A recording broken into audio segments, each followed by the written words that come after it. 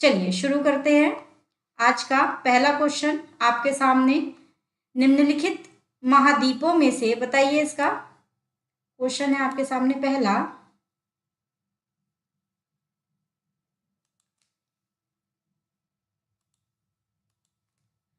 बताइएगा, निम्नलिखित महाद्वीपों में से किसमें कोई स्थल रुद्ध देश नहीं है। पहले का दीजिएगा आंसर, क्वेश्चन नंबर 1, निम्नलिखित महाद्वीपों में से किसमें कोई स्थल रुद्ध देश नहीं है।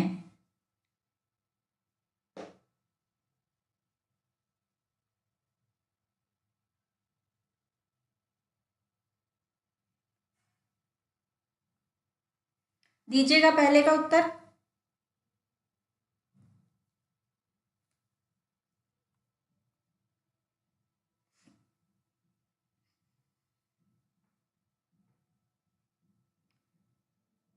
और बाकी किसी को नहीं पता क्या?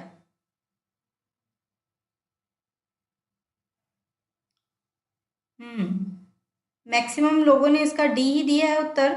कमल किशोर जी, हाँ कमल किशोर जी, बी नहीं है, डी है। मैपिंग पे ध्यान दे आप लोग, सभी लोग, है ना। इसका सही उत्तर है, इसका सही उत्तर है डी, उत्तरी America. Good evening Yogendra ji.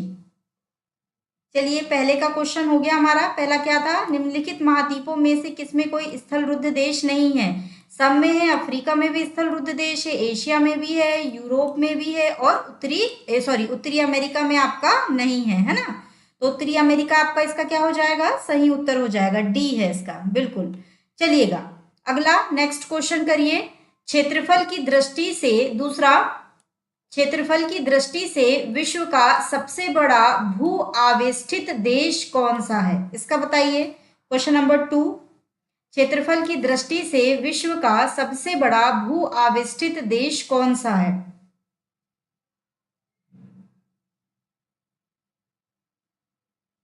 Question number 2,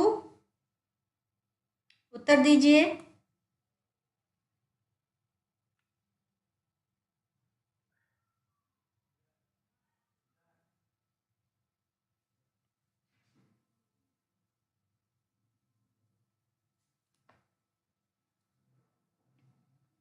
Amit G B कह रहे हैं, और अरविंद जी भी बी कह रहे हैं, और हम्म हम्म आवेष्टित मतलब अफरोज ये कि जो चारों ओर से स्थलों या किसी बंद सागर से घिरा हो, ठीक है। ऐसा देश जो चारों ओर से स्थलों या किसी बंद सागर से घिरा हो, ऐसे देश को भू आवेष्टित देश कहते हैं, ठीक है। तो सभी लोगों ने इसका सही उत्तर दिया है लगभग। आपका क्या है इसका सही उत्तर, कजाकिस्तान, ठीक है। तो इसका आपका बी ही है।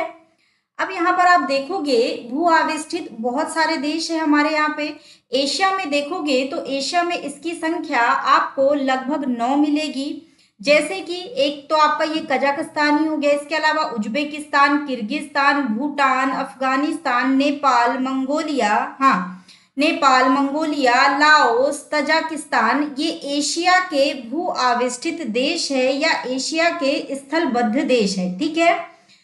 इसके अलावा यूरोप में आप देखेंगे तो यूरोप में लगभग आपको 16 देश मिल जाएंगे। मैप देख के जाइएगा, क्वेश्चन इससे एक हाथ आपको हमेशा से ही मिलता रहा है। तो यूरोप में लगभग 16 देश ऐसे हैं जो कैसे है, आपके स्थलबद्ध है, यानी कि आपके चारों ओर से स्थलों से या किसी बंद सागर से घिरे हुए हैं, ठीक है। जैसे ऑस्ट्रिया, चेक गणराज्य, स्लोवाक गणराज्य, Luxembourg, Switzerland, Hungary, Serbia, Andorra, Azerbaijan, Slovakia, Armenia, Belarus, Liechtenstein, Vatican City, Kosovo, Macedonia, ये सब आपकी क्या है, यूरोप के कुल 16 देश ऐसे हैं जो क्या है, लैंडलॉक है, यानी कि स्थलबद्ध है। और एशिया के कितने, कुल 9। अभी इससे पहले मैंने एशिया के नाम बताया आपको। इसके अलावा आप देखेंगे अफ्रीका में, तो अफ्रीका में आपको Botswana, Burundi, Chad, Lesotho, Malawi, Mali, Niger, Zimbabwe, Angola, Swaziland, Uganda, Volta यानी ऊपरी वोल्टा वाला जो भाग है वो जाम्बिया, दक्षिणी सूडान, इथोपिया। तो ये सब क्या है आपके अफ्रीका के हैं। कुल 15 देश आपको अफ्रीका में मिलेंगे स्थलबद्ध देश, ठीक है। उत्तरी अमेरिका में कोई भी स्थलबद्ध देश नहीं है। इसके हर देश किसी ना किसी जलीय भाग से इनकी क्या लगती है, सीमा लगती है, ठीक है। इसके अलावा आप दक्षिण अमेरिका में 2 देश पाएंगे, एक पराग्वे, एक बोलिविया। बोलिविया को लास्ट टाइम ही पूछा गया था, तो यहां से एक क्वेश्चन हमेशा से आता है। तो ये वाला चैप्टर आप लोग अच्छे से देख करके जाएंगे मैप में, ठीक है।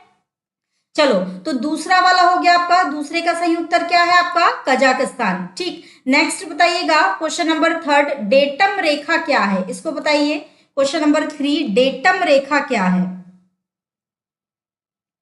गुड इवनिंग मुक्तामणि जी, नाजिया गुड इवनिंग। डेटम रेखा क्या है, इसका उत्तर बताइएगा।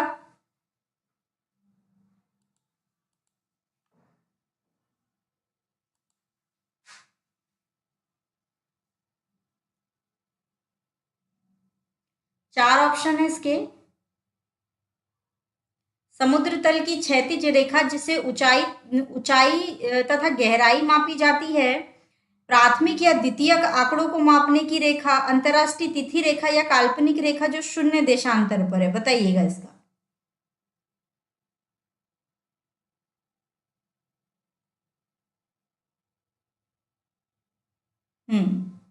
सब लोग इसका उत्तर ए दे रहे हैं।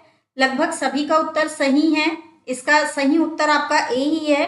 देखिएगा, जो डेटम रेखा है ये एक प्रकार की औसत रेखा होती है ना। याद रखिएगा कैसी है, औसत रेखा। और जो समुद्र तल से ये काल्पनिक रेखा है, ये भी याद रखिएगा, ठीक है। समुद्र तल जो सी लेवल होता है वहां से किसी भी क्षेत्र या किसी भी स्थान की ऊंचाई मापने के लिए और वहां से उस जलीय भाग की गहराई मापने के लिए, ठीक है, किसको यूज किया जाता है, डेटम रेखा को। डेटम रेखा एक औसत रेखा है और काल्पनिक रेखा है, दोनों वर्ड को भी याद रखिएगा। कई बार औसत और काल्पनिक रखकर भी आपसे पूछ सकता है, ठीक है, तो याद रखना। नेक्स्ट देखिएगा क्वेश्चन नंबर 4, इसमें बताइएगा निम्नांकित में से कौन सा स्थलबद्ध देश फ्रांस, जर्मनी और बेल्जियम की सीमाओं के बीच स्थित है। क्वेश्चन नंबर 4 का आंसर दीजिएगा।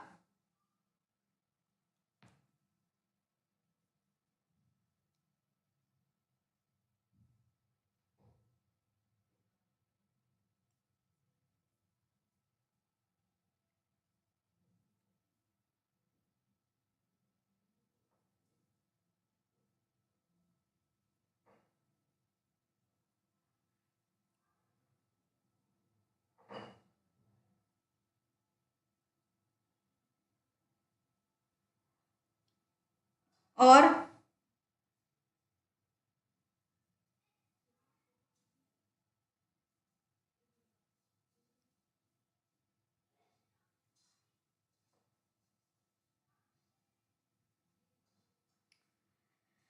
जिन जिन ने डी दिया है उनका सही है, जिन्होंने बी दिया है, अंडोरा बोला है, उनका गलत है, ठीक है। कैसे गलत है, ध्यान देना और यूरोप के मैप में देखिएगा जाके, तो फ्रांस, जर्मनी और बेल्जियम की सीमाओं के बीच आपको क्या मिलेगा, लग्जमबर्ग मिलेगा, ठीक है। और जिस अंडोरा के साथ आप कंफ्यूज हो रहे हैं, ये आपको फ्रांस और स्पेन की सीमा के बीच मिलेगा, याद रखना। फ्रांस और स्पेन की सीमा के बीच आपको क्या मिलेगा, अंडोरा। फ्रांस, जर्मनी और बेल्जियम की सीमा के बीच, हाँ रश्मिता जी ने भी सही दिया है, इसको क्या मिलेगा आपको, फ्रांस, जर्मनी और बेल्जियम की सीमा के बीच लग्जमबर्ग। अंडोरा वाले ध्यान रखें, अंडोरा आपको फ्रांस और स्पेन की सीमा के बीच मिलेगा, ठीक है। इसके अलावा जो आपको स्विट्जरलैंड है, ये 4 देशों के मध्य मिलेगा, इटली, फ्रांस, जर्मनी और ऑस्ट्रिया। स्विट्जरलैंड को भी पूछा गया है, कौन कौन से देश है, इटली, फ्रांस, जर्मनी और ऑस्ट्रिया, ठीक है। एक सान मेरिनो मिलेगा, ये जो सान मेरिनो है ये आपको इटली के पूर्व में मिलेगा, एड्रियाटिक सागर के तट पर, ठीक है। आवाज तो ठीक है, आप अपने इसका साउंड बढ़ाइएगा आशुतोष जी। यहां से तो साउंड मैंने चेक करके ही ऑन किया है। और किसी को आवाज की प्रॉब्लम आ रही क्या, आवाज की प्रॉब्लम आ रही क्या और किसी को, ठीक है। तो इसका सही उत्तर क्या है, लग्जमबर्ग, चले नेक्स्ट बताइएगा क्वेश्चन नंबर 5। क्वेश्चन नंबर 5, आइसोहेल रेखाओं द्वारा क्या प्रदर्शित किया जाता है? Question number 5।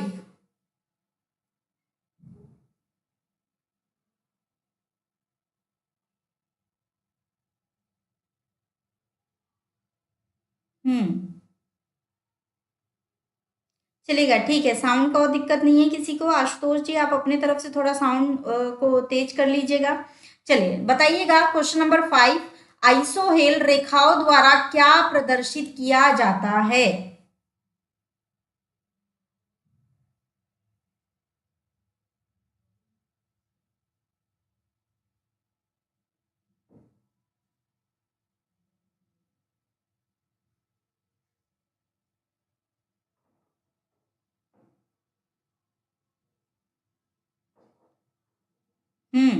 रश्मिता जी आंसर दीजिएगा, आइसोहेल रेखाओं द्वारा क्या प्रदर्शित किया जाता है?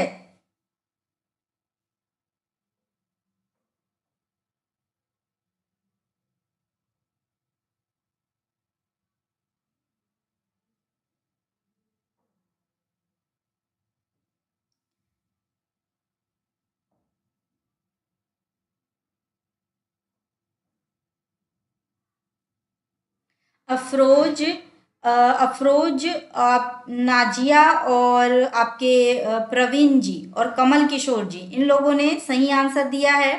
इसका है समान धूप। समान धूप अर्थात आइसोहेल रेखाओं के द्वारा सूर्य ताप का जो है, समान सूर्य ताप वाली रेखा का क्या किया जाता है? आकलन किया जाता है। ठीक है, हाँ साइस्ता जी, है ना।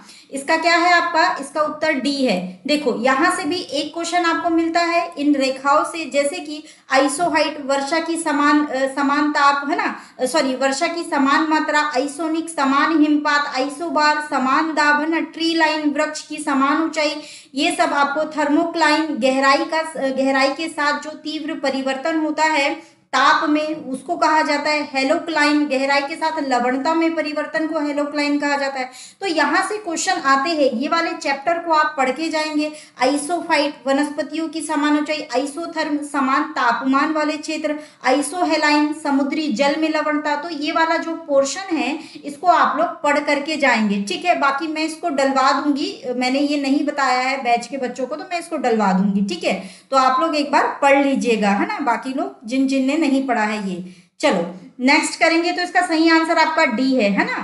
चलो नेक्स्ट करिएगा क्वेश्चन नंबर 6। बताइएगा, इसका निम्नलिखित कथनों पर विचार करना है। तीन कथन दिए हैं आप, सॉरी ये जो है ना ये गलत, मतलब ये पूरा एक ही है, सिर्फ दो कथन दिए यहाँ पे, एक और दो। ठीक है, कौन से कथन? दो कथन दिए हैं, ये एक कथन दिया है और ये दूसरा कथन दिया है आपको। ठीक है, ये पूरा मिला के पढ़ना, ये तीसरा नहीं है, वहां गलती से टाइप हो गया है, तो इसको पढ़िएगा। पहला कथन क्या बोल रहा है? रिएक्टर स्केल एक लघु गणकीय लॉगरिथम मापक्रम है तथा इसके फलस्वरूप परिमाण मात्रक में एक की वृद्धि आयाम के लिए 10 के गुणक को निरूपित करती है। ठीक है, दूसरा पढ़िएगा, रिएक्टर स्केल में प्रत्येक पूर्णांक पठन पर ऊर्जा पूर्ववर्ती पूर्णांक पठन की ऊर्जा के 100 गुना होता है। अब आपको ये बताना है कि ये जो दोनों कथन है इन दोनों में से कौन सा सही है कौन सा नहीं है। तो यहाँ पे बताना है आपको, केवल एक सही है, केवल दो सही है, दोनों सही है, ना ही एक और ना ही दो सही है। बताइए कौन सा सही है इसका?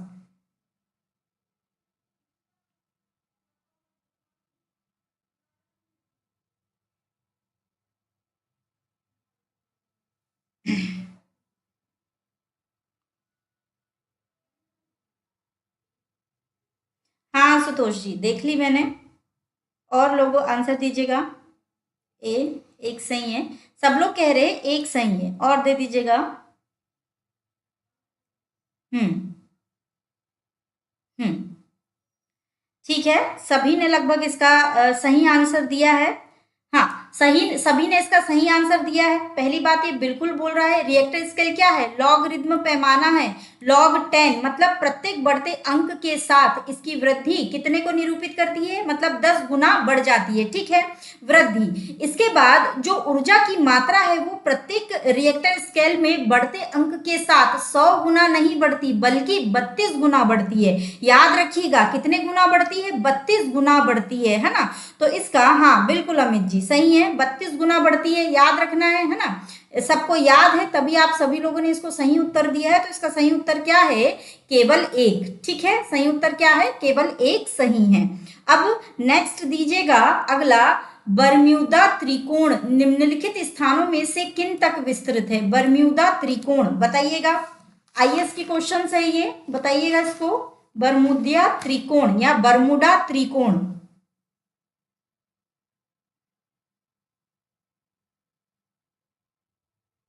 ये आपके सामने ऑप्शंस है, 3 नाम दिए हैं, दक्षिणी फ्लोरिडा, प्यूर्टो रिको, हवाई द्वीप। नीचे दिए गए कूट का सही प्रयोग करके आपको सही उत्तर चुनना है। इसमें बताइएगा क्या आएगा सही।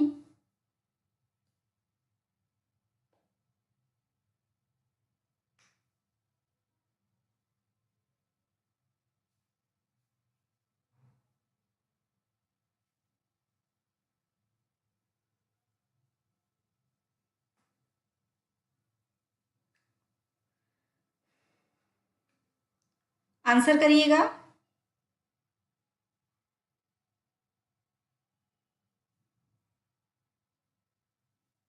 हम्म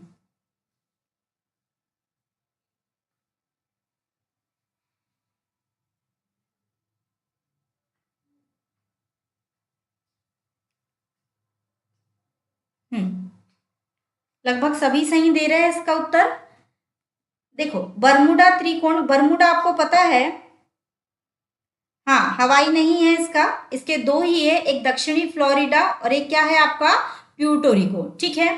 तो यहाँ पे आप देखेंगे ये त्रिकोण आपका जाके कुछ ऐसा बनेगा, ऐसा बनेगा। यहाँ पे आपको उत्तरी अमेरिका का फ्लोरिडा मिलेगा, यहाँ पे आपको कैरिबियाई सागर का प्यूर्टो रिको मिलेगा, या मध्य अमेरिका का सॉरी आपको लेजर एंटिलीज का क्या मिल जाएगा, प्यूर्टो रिको मिल जाएगा। और यहीं पे आपको क्या मिलेगा, ऊपर की ओर आप थोड़ा सा देखेंगे तो बरमुडा द्वीप। तो यहां से लेके यहां तक कुछ इस प्रकार से त्रिकोण बनता है, इसी को क्या कहा जाता है, बरमुडा त्रिकोण, ठीक है, याद रखिएगा। तो इसमें दो ही देश है, ये दक्षिण फ्लोरिडा से प्यूर्टो रिको, बरमुडा से होते हुए दक्षिण फ्लोरिडा प्यूर्टो रिको तक फैला है।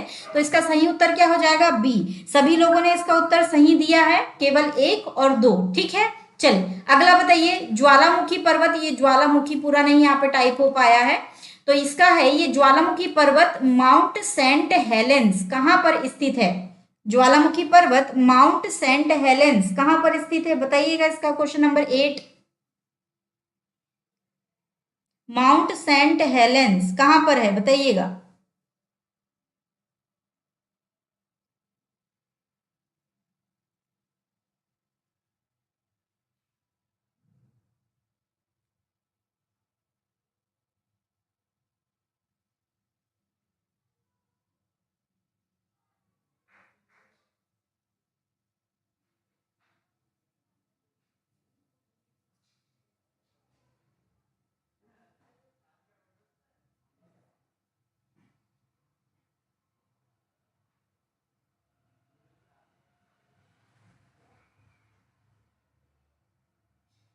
हम्म चांदनी जी ध्यान से, यूएसए में है, ठीक है। तो अरविंद जी, अमित और अफरोज, अमित जी और अफरोज है ना, आप लोगों ने सही उत्तर दिया है। ये कहाँ पर है आपके, यूएसए में, हाँ बिल्कुल, कहाँ पर है, यूएसए में, ठीक है। नेक्स्ट करेंगे, अगला बताएं क्वेश्चन नंबर 9। निम्नलिखित भूवैज्ञानिक परिघटनाओं पर आपको क्या करना है, विचार करना है, ठीक है। विचार करिएगा। एक क्या है, भ्रंश का विकसित होना, दूसरा दे रहा है भ्रंश के साथ गतिशीलता, तीसरा दे रहा है ज्वालामुखी उद्गार द्वारा उत्पन्न प्रतिघात, और चौथा दे रहा है चट्टानों का गलन। अब इसमें से आपको ये बताना है कि उपरोक्त कथनों में से ये जो 4 पॉइंट आपको दिए हैं, इनमें 4 पॉइंट में भूकंप के कारण कौन कौन से हैं। ऑप्शन में है आपके 1 2 3 2 4, 1 2 3 सॉरी 1 3 4 और 1 2 3 4। क्या चारों है कि कोई 3 है कि कोई 2 है, यहाँ पे देखिए अच्छे से चारों ऑप्शन को देखिएगा और फिर उत्तर दीजिएगा इसका। Question number 9।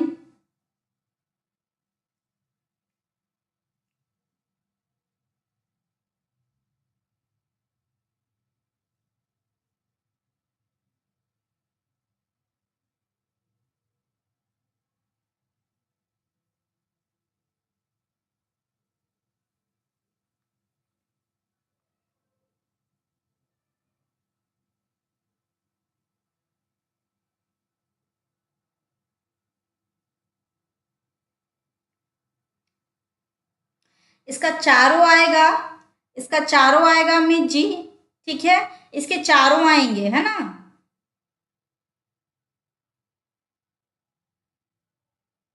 इसमें चारों आएंगे आपके। भूकंप के कारण भ्रंश विकसित होगा तो भी भूकंप आते हैं। आपको मैंने पढ़ाया है, या मेंस में भी पढ़े हो, प्री में भी पढ़े हो, गलती नहीं होनी चाहिए। भ्रंश के साथ जो गतिशीलता आती है प्लेटों में, वो भी एक कारण है। ज्वालामुखी उद्गार के उपरांत जो कंपन हो जाता है उसके कारण भी भूकंप आता है। और चट्टानों में जब वलन पड़ते हैं तो प्लेटों के दबाव के कारण भी भूकंप आते हैं, ठीक है। तो इसका सही उत्तर है चारों, ये चारों सही है, ठीक है। इसमें चारों सही है, इसका सही उत्तर आएगा डी, है ना। तो जिन्होंने डी बोला है उनका सभी का उत्तर सही है, ठीक है। चलिएगा अगला क्वेश्चन नंबर 10। क्वेश्चन नंबर 10 बताइए, विक्टोरिया जलप्रपात किस नदी से संबंध है। विक्टोरिया जलप्रपात का संबंध किस नदी से है, बताइए। ये क्वेश्चन ऐसे हैं जो घूम फिर के परीक्षाओं में आ ही जाते हैं। बताइएगा क्वेश्चन नंबर 10, विक्टोरिया जलप्रपात किस नदी से संबंधित है।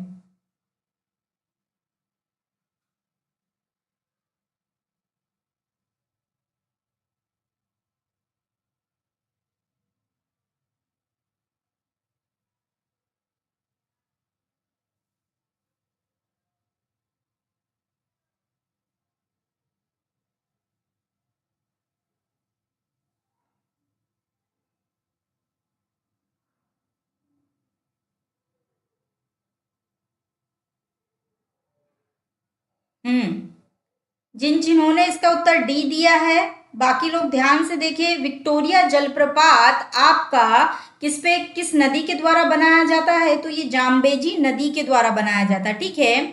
जाम्बेजी नदी अफ्रीका में बहने वाली एक नदी है, और अफ्रीका में ये जाम्बिया और जिम्बाब्वे की क्या बनाती है, सीमा बनाती है, ठीक है। जाम्बेजी नदी अफ्रीका में बहने वाली एक नदी है, और ये जाम्बिया और जिम्बाब्वे की क्या बनाती है, प्राकृतिक सीमा बनाती है। अगर आपसे ये पूछे कि जाम्बिया जिम्बाब्वे की प्राकृतिक सीमा कौन बनाता है, तो याद रखिएगा जाम्बेजी नदी ही बनाती है। और ये क्वेश्चन भी पूछा गया है। दूसरा एक क्वेश्चन और पूछा गया है कि करीबा बांध का संबंध किस नदी से है, तो याद रखिएगा जाम्बेजी नदी से है। एक क्वेश्चन ये भी पूछा गया है कि करीबा झील का संबंध किससे है, तो ये भी याद रखिएगा, ये भी जाम्बेजी नदी से है। तो विक्टोरिया जलप्रपात, करीबा बांध, करीबा झील और जाम्बिया जिम्बाब्वे की प्राकृतिक सीमा, ये सब किससे संबंधित है, जाम्बेजी नदी से, ठीक है। हाँ, अफ्रीका की एक नदी है। चलो अगला देखेंगे क्वेश्चन नंबर 11। क्वेश्चन नंबर 11, भूकंप के बारे में निम्नलिखित कथनों पर विचार करें। विचार करिएगा, भूकंप के बारे में 4 कथन आपके सामने दिए गए हैं। एक क्या बोल रहा है, भूकंप की तीव्रता को मार्केली स्केल पर मापा जाता है। 2, भूकंप का मैग्नीट्यूड विमुक्त ऊर्जा की माप है। 3, भूकंप का मैग्नीट्यूड भूकंपी तरंगों के आयाम के सीधे मापनों पर आधारित है। चौथा, रिक्टर स्केल में हर पूर्णांक विमुक्त ऊर्जा के परिणाम में 100 गुना वृद्धि का निर्देशन देता है। बताइएगा इन चारों में से कौन सा सही है, आपको ये बताना है, ठीक है। तो इसको देखिए ध्यान से और बताइए। इसका क्वेश्चन नंबर है अपना कौन सा, 11। क्वेश्चन नंबर 11, इन चारों में से कौन सा सही है, आपको ये बताना है।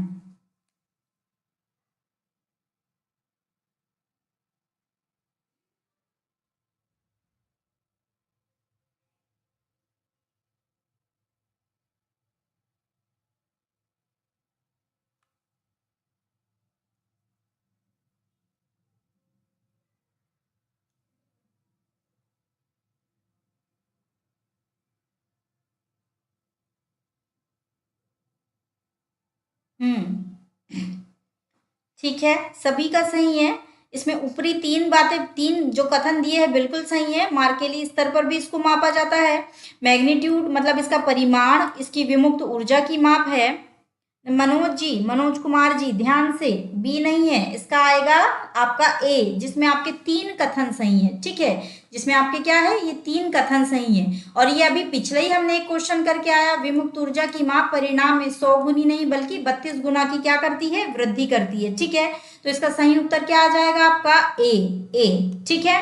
चलिए अगला करिएगा, निम्नलिखित कथनों पर विचार करें। इसमें बताइएगा, निम्नलिखित कथनों पर विचार करें। 4 कथन दिए आपको, चारों को क्या करना है, विचार करना है, और इन चारों में से कौन सा सही है ये बताना है। तो 4 कथन आपके सामने ये रखे हैं। पहले कथन पढ़ लीजिएगा, अधिकांश मैग्मा द्रव, ठोस और गैस का मिश्रण है।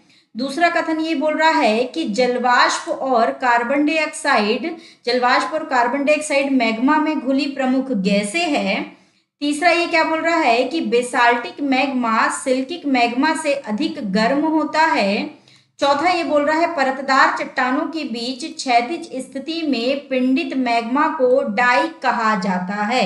अब आपको ये बताना है कि इन चारों कथनों में से कौन से कथन सही है। ये आपके सामने रहे ऑप्शन, ए में है 1 2 3 सही है, बी में है 2 3 4 सही है, सी में है 1 4 सही है, और डी में है 1 2 4 सही है। बताइएगा इन चारों में से कौन से कथन सही है।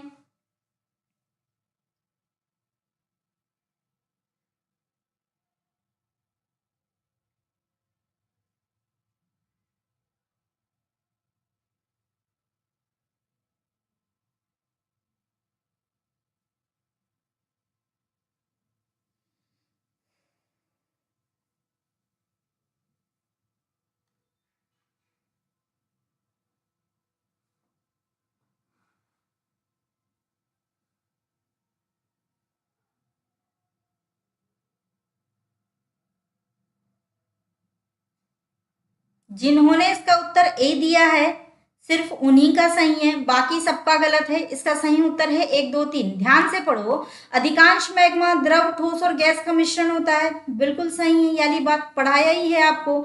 जलवाष्प एवं कार्बन डाइऑक्साइड मैग्मा में घुली हुई प्रमुख गैसें है, ये भी बताया। इसके अलावा और भी गैसें है, ये भी बताया है, ठीक है। अगला क्या बोल रहा है, बेसाल्टिक मैग्मा सिल्किक मैग्मा से अधिक गर्म होता है, बिल्कुल ये अधिक गर्म होता है, तरल होता है तो गर्म भी होता है और दूर तक फैलता है, ठीक है। और अगला क्या बोल रहा है, परतदार चट्टानों के बीच क्षैतिज स्थिति में पिंडित मैग्मा को डाइक कहा जाता है। मैंने आप लोगों को ज्वालामुखी में अंतर्भेदी स्थलाकृतियां इतने अच्छे से पढ़ाया है, मेंस में भी पढ़ाया है और किसमें पढ़ाया है, प्री में भी पढ़ाया है। तो यहाँ पे तो गलती होना ही नहीं चाहिए। डाइक क्या होता है, डाइक देखो, डाइक आपके अंतरतम में जो मैग्मा ठंडा हो जाता है, इस प्रकार से एक शीट के रूप में या एक दीवार के रूप में जो इस प्रकार की संरचना निर्मित होती है, उसको क्या कहा जाता है, डाइक कहा जाता है, ठीक है। इसके अलावा इसमें जो ये बोल रहा है कि क्षैतिज स्थिति में पिंडित मैग्मा, क्षैतिज स्थिति यानी कि हॉरिजॉन्टल रूप में, यानी कि ऐसे सीधे, तो ये अगर पतला है, ये अगर पतली लाइन में ये मैग्मा बिछा हुआ है तो इसको क्या कहेंगे, शीट कहेंगे, ठीक है। सॉरी, मोटी लाइन में बिछा हुआ है तो इसको क्या कहेंगे, शीट कहेंगे। तो यहाँ पे क्षैतिज रूप में बिछा हुआ जो मैग्मा है अंतरतम में, वो क्या कहलाता है आपका, शीट कहलाता है, ना कि डाइक, ठीक है। तो यहाँ पे क्या आना चाहिए था, डाइक की जगह पर शीट आना चाहिए था। तो इस आधार पे आप देखेंगे तो आपका चौथा जो पॉइंट है वो क्या हो जाता है, गलत हो जाता है, ठीक है। तो इसका सही उत्तर आपका क्या आएगा, 1 2 3, इसके 3 कथन सही है, चौथा इसका क्या है, गलत है। तो इसका सही उत्तर आ जाएगा ए, ठीक है। क्लियर है सबको। अब आइएगा क्वेश्चन नंबर 13 पर। 13 पढ़िएगा, परतदार चट्टानों के विषय में दिए गए निम्नलिखित कथनों पर विचार करें। किसके बारे में बात करनी है आपको, परतदार चट्टानों के बारे में। अब यहाँ पे दिए हैं 4 पॉइंट, बताइएगा। परतदार चट्टानों में पहला बिंदु क्या बोल रहा है आपसे कि परतदार चट्टानें पृथ्वी की सतह पर जलीय तंत्र द्वारा निर्मित होती है। पहला कथन क्या बोल रहा है, परतदार चट्टानें पृथ्वी की सतह पर जलीय तंत्र द्वारा निर्मित होती है। दूसरा बिंदु क्या बोल रहा है कि परतदार चट्टानों के निर्माण में पूर्व विद्यमान चट्टानों का क्षरण सम्मिलित होता है। तीसरा बिंदु क्या बोल रहा है, परतदार चट्टानों में जीवाश्म होते हैं। चौथा बिंदु क्या बोल रहा है, परतदार चट्टानें विशिष्ट रूप से परतों में पाई जाती है। अब इसमें बताइएगा कौन सा सही है, क्वेश्चन नंबर 13।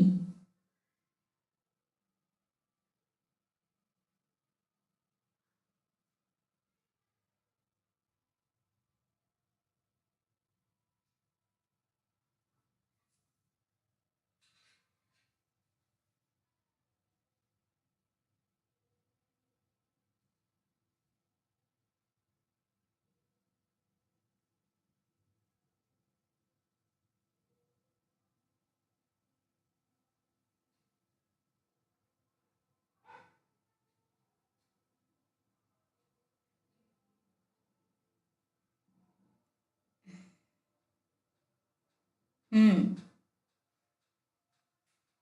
इसके सभी सही हैं, लगभग सभी सही बोल रहे हैं, इसका सही उत्तर दे रहे हैं। इसका क्या है? डी। ठीक है, इसका सही उत्तर क्या है? डी। 1 2 3 4 चारों सही है ना। अगला बताइएगा, क्वेश्चन नंबर 14, ज्वालामुखी उद्गार नहीं होते हैं। ये जो 4 ऑप्शन दिए गए हैं, इन 4 ऑप्शन में से कौन से क्षेत्र में ज्वालामुखी उद्गार नहीं होता है? बताइएगा इसका उत्तर। क्वेश्चन नंबर 14, कौन से क्षेत्र में ज्वालामुखी उद्गार नहीं होता है?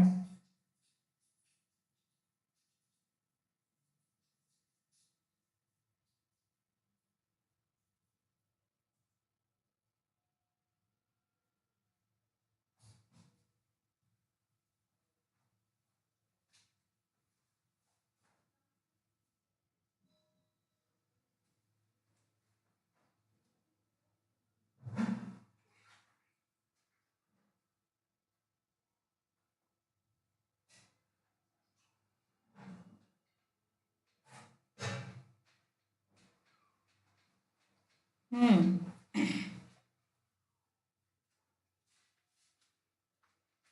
और किसी को नहीं आता इसका उत्तर क्या?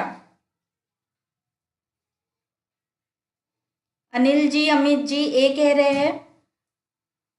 हम्म, तो आप इन तीनों क्षेत्रों में देखेंगे, काला सागर, कैस्पियन सागर, कैरिबियाई सागर, तो इन क्षेत्रों में आपको कहीं ना कहीं ज्वालामुखी भूकंप की घटनाएं देखने को मिलेगी ही। लेकिन जो बाल्टिक सागर यूरोप के सबसे उत्तरी भाग में अवस्थित है, यहाँ पर आपको कोई भी ऐसी क्रिया देखने को नहीं मिलती। ठीक है, हाँ अनिल जी, तो इसका सही उत्तर क्या है आपका? बाल्टिक सागर। तो ज्वालामुखी उद्गार कहाँ नहीं होते हैं इन ऑप्शन में से? तो बाल्टिक सागर में नहीं होते हैं। ठीक है, सही है अमित जी, आपका भी सही है अनिल जी, आपका भी सही है। ठीक है, चलिए। हाँ, ठीक है, चलो अगला बताइए, क्वेश्चन नंबर 15, क्वार्ट्जाइट कायांतरित होता है। क्वार्ट्जाइट किससे कायांतरित होता है? बताइएगा। क्वार्ट्जाइट कायांतरित होता है किससे होता है? क्वार्ट्जाइट कायांतरित बताइएगा।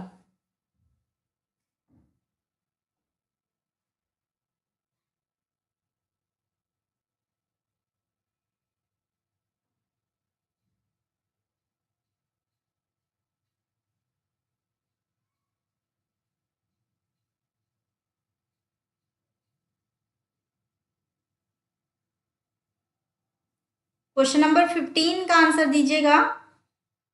क्वार्ट्जाइट किससे कायांतरित होता है?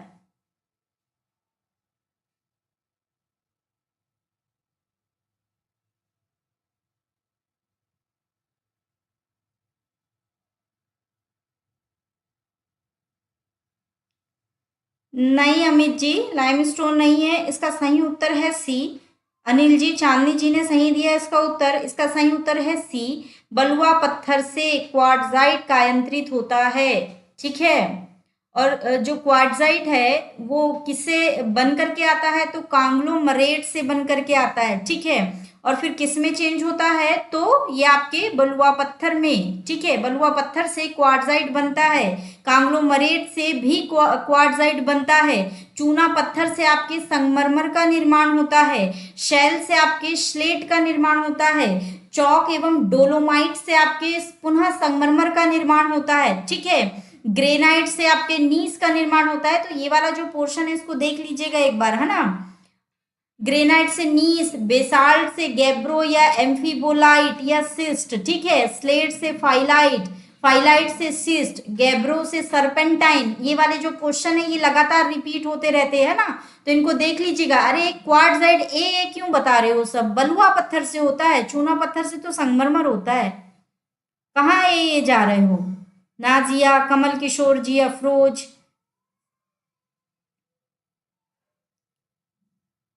रश्मिता जी, ए नहीं है, इसका है सी, क्वार्ट्जाइट। बलुआ पत्थर, कांग्लोमरेट आएगा तो भी बलुआ पत्थर। ठीक है, संगमरमर पूछता तो आप चूना पत्थर लगाते है ना। तो इसका सही उत्तर है आपका बलुआ पत्थर। ठीक है, बी, सॉरी सी। चलिएगा अगला देखेंगे, क्वेश्चन नंबर 16, निम्नलिखित में से मृदा अपरदन की प्रक्रियाओं के सही क्रम को पहचानना है। मृदा अपरदन की प्रक्रियाओं के सही क्रम को बताइए। Question number 16। क्वेश्चन नंबर 16, ठीक है, बताइएगा इसका। पहला है असफाल अपर्दन। असफाल का मतलब होता है बूंद, याद रखना, ठीक है। असफाल यानी बूंद अपर्दन की बात कर रहा है। बताइएगा इसका सही उत्तर।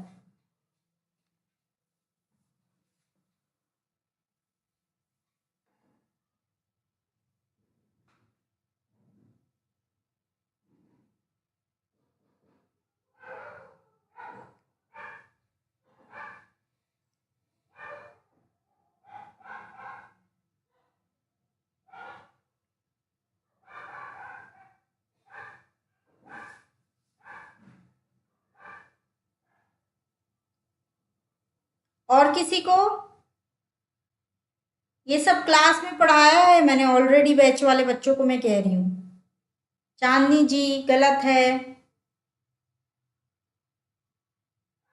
अफरोज,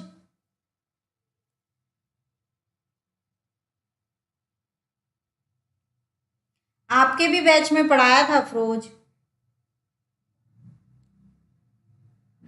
नहीं पता, देखो, अपर्दन की प्रक्रिया में, मृदा के अपर्दन की प्रक्रिया में सबसे पहले होता है बूंद अपर्दन, मतलब छोटी छोटी बूंद के रूप में। हाँ, अमित जी का सही है, अमित जी ने सिर्फ सही उत्तर दिया है। इसका 16 का आपका ए है, ठीक है। असफाल मतलब बूंद बूंद अपर्दन, यानी कि अपर्दन की सबसे पहली जो प्रक्रिया है मृदा के अपर्दन की, वो किस रूप में होती है? बूंद के रूप में होती है, जिसको क्या कहते हैं? असफाल, ठीक है। बूंद के बाद उसके मृदा की किसी एक जगह पर बूंद टपकाओ, उसके बाद आप देखोगे उसके ऊपर की पपड़ी निकलने लगती है, ठीक है। तो बूंद के बाद उस मृदा का जो अपर्दन होता है वो क्या होता है? परत अपर्दन, ठीक है। तो पहले बूंद अपर्दन होगा, फिर क्या होगा? परत अपर्दन होगा। परत के बाद, परत निकल जाने के बाद अब पानी लगातार वहां टपक रहा है तो वो क्या बना लेगा? एक रिल बना लेगा, एक छोटी सी नाली बना लेगा। उस छोटी सी नाली को आप क्या कहते हैं? रिल अपर्दन, ठीक है। अब रिल बनाने के बाद, एक नाली बन जाने के बाद धीरे धीरे धीरे धीरे वो नाली क्या हो जाती है? बड़ी हो जाती है। तो जो बड़ी हो गई नाली है उसी को क्या कहेंगे? अवनालिका अपर्दन, ठीक है। तो इसका सही क्रम अगर आप देखोगे मृदा अपर्दन का, तो सबसे पहले होता है असफाल या बूंद, फिर होता है परत, फिर होता है रील, और फिर क्या होता है? अवनालिका, ठीक है। अमित जी ने इसका सही उत्तर दिया है ए, नाजिया ने भी सही दिया इसका उत्तर ए, ठीक है।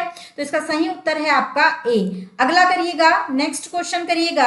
निम्नलिखित युग्मों में से कौन सी झील तंजानिया युगांडा के बीच अंतरराष्ट्रीय सीमा बनाती है? तंजानिया और युगांडा के बीच क्या बना रही है? अंतरराष्ट्रीय सीमा बना रही है। हाँ, भिंड मुरैना में चंबल नदी के द्वारा, पंजाब के कुछ इलाकों में भी होता है अपर्दन, ठीक है। चलो, सब लिखाया था आप लोगों को मैंने किन किन इलाकों में अपर्दन की क्रियाएं होती है भारत के।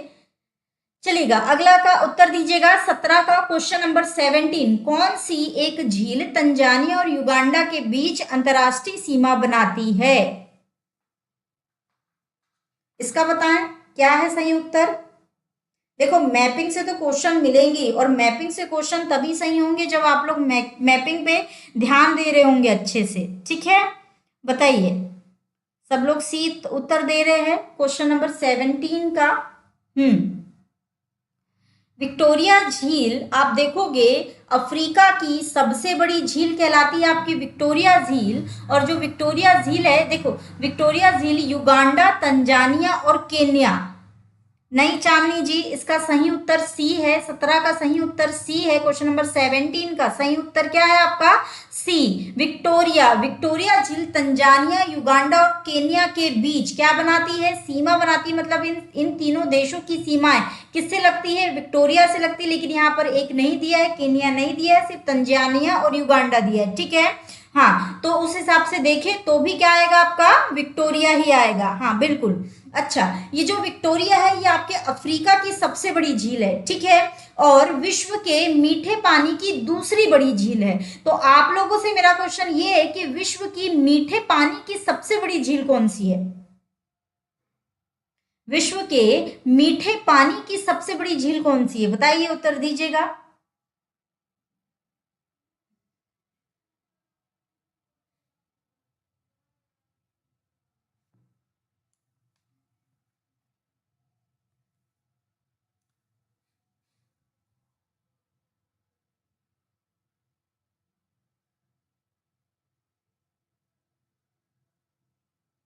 Superior, yes yes. अच्छा, अमित जी ने कहा कि नील नदी का उद्गम होता है। यहाँ पर एक उत्तर और बताओ, एक और मैं यहाँ पे क्वेश्चन आप लोगों से पूछ रही हूँ कि नील आपकी दो निकलती है, एक ब्लू नील एक व्हाइट नील। जब ब्लू नील और व्हाइट नील मिलती है सूडान में, दक्षिणी सूडान में, तब ये नील बनती है, ठीक है। तो यहाँ से जो ये विक्टोरिया झील है, इस विक्टोरिया झील से ब्लू नील निकलती है कि व्हाइट नील निकलती है? विक्टोरिया झील से ब्लू नील निकलती है कि व्हाइट नील निकलती है? हाँ, सुपीरियर सबने सही दिया, सुपीरियर सबसे बड़ी मीठे पानी की झील है।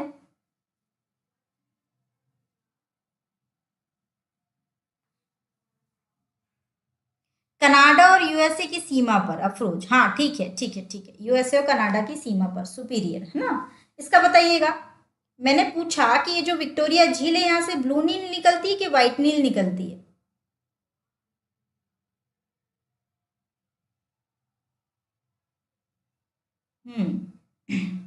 और कोई?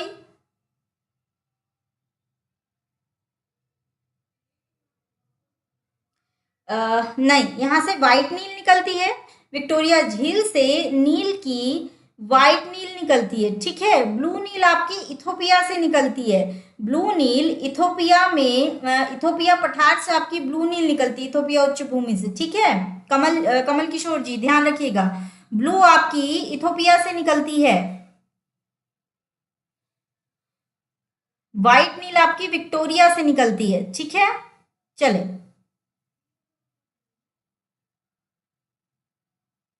नहीं याद रखना कमल किशोर जी, मैं आपको बोल रही हूँ, बिल्कुल दक्षिणी सूडान की राजधानी खार्तूम के पास व्हाइट और ब्लू नील मिलते हैं और फिर ये नील नदी बन जाती है, ठीक है। और मिस्र में जाकर के अपना क्या बनाती है, डेल्टा बनाती है ना। चले, अगला देखेंगे क्वेश्चन नंबर 18। क्वेश्चन नंबर 18 का आंसर दीजिएगा। निम्न विद्वानों में से किस एक ने सुझाव दिया कि पृथ्वी की उत्पत्ति गैसों और कणों से हुई थी? इसका उत्तर दीजिएगा।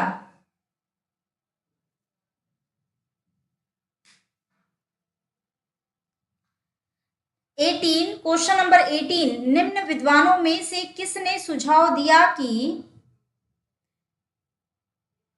किसने सुझाव दिया कि पृथ्वी की उत्पत्ति गैसों और कणों से हुई है? जेम्स जीन ने, एच आल्विन ने, एफ हाइल ने, ओ स्मिथ ने? इसका उत्तर दीजिए।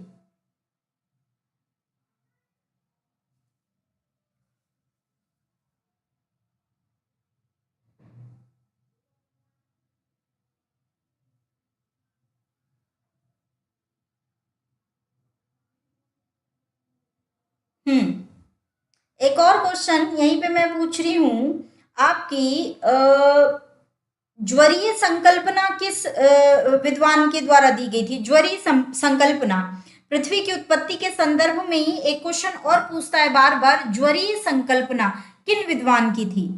ज्वरीय संकल्पना किन विद्वान की थी? रशेल की थी, चैम्बरलिन एवं माल्टेन की थी, कि जेम्स एंड जेफरी की थी, कि ओटो स्मिथ की ही थी?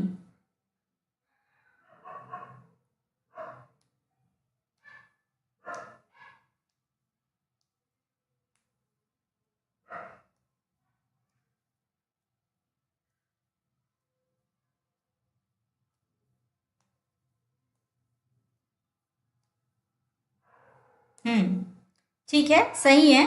आपकी ज्वरी संकल्पना जेम्स जीन्स और जेफरी दोनों की थी। मतलब जेम्स जीन्स ने 1919 में लाया था, फिर उसी को जेफरी ने आपके 1929 में लाया था, ठीक है। रशेल की द्वैतारक संकल्पना, बिल्कुल। चैम्बरलिन और माल्टेन की ग्रहाणु, बिल्कुल, बहुत अच्छा, बहुत बढ़िया मीत जी, बहुत बढ़िया। हाँ, James and Jeffrey, okay okay, James and Jeffrey, बिल्कुल बिल्कुल। ये वाला जो क्वेश्चन अभी आपने यहाँ जो आपको दिख रहा है आपकी स्क्रीन पर, इसका उत्तर है पृथ्वी की उत्पत्ति गैसों और कणों से हुई है। ये बात किसने बोली थी? तो ओटो स्मिथ ने बोली थी। डी इसका सही उत्तर है, ठीक है। मैंने क्वेश्चन पूछा कि ज्वरीय संकल्पना किसने कहा था? जेम्स एंड जेफरी या जेम्स जिन्स एंड जेफरी, 1919 और 1929 में, ठीक है। एक ग्रहाणु संकल्पना आई थी, चैम्बरलिन और माल्टोन ने की थी, ठीक। एक कांट की आई थी, कांट की आपकी वायव्य राशि। एक लाप्लास की आई थी आपकी निहारिका। तो ये पूछ लेता है कभी कभी इनके नाम वैज्ञानिकों के, ठीक है। तो थोड़ा सा भर जो जो मैंने बोली उनको नोट कर लीजिएगा, ध्यान रखिएगा, है ना। क्वेश्चन नंबर 18, अब क्वेश्चन नंबर 19 करिएगा। सूची 1 को सूची 2 से मिलाना है। एक तरफ है ज्वालामुखी पर्वत और एक तरफ है कि वे किस देश में स्थित है। तो इसको करिएगा, ये ऑप्शन आपके सामने है, ये ऑप्शन आपके सामने है। पहले पर्वत देख लो, बताओ। यहाँ बाउंट नहीं है, माउंट है यहाँ पे, ठीक है। यहाँ पे माउंट आ जाएगा, है ना। माउंट रेनियर कहाँ पर है, माउंट एटना कहाँ पर है, पैराकुटीन कहाँ पर है, और टाल, टाल मतलब ये ताल है, हाँ, इसको ताल मान के चलो, ताल। बताइए इसका उत्तर, बताइए आप लोग। इसे लिखते नहीं बनता मुझे अच्छे से। टाल को ताल मान लो, हाँ।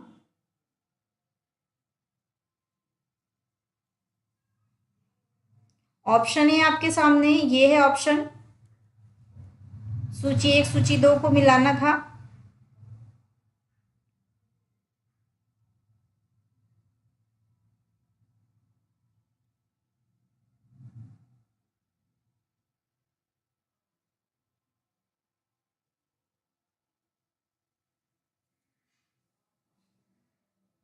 एक पेन कॉपी लेकर के बैठा करो, क्योंकि ये बड़ा कर देती हूँ ना तो फिर ऑप्शन,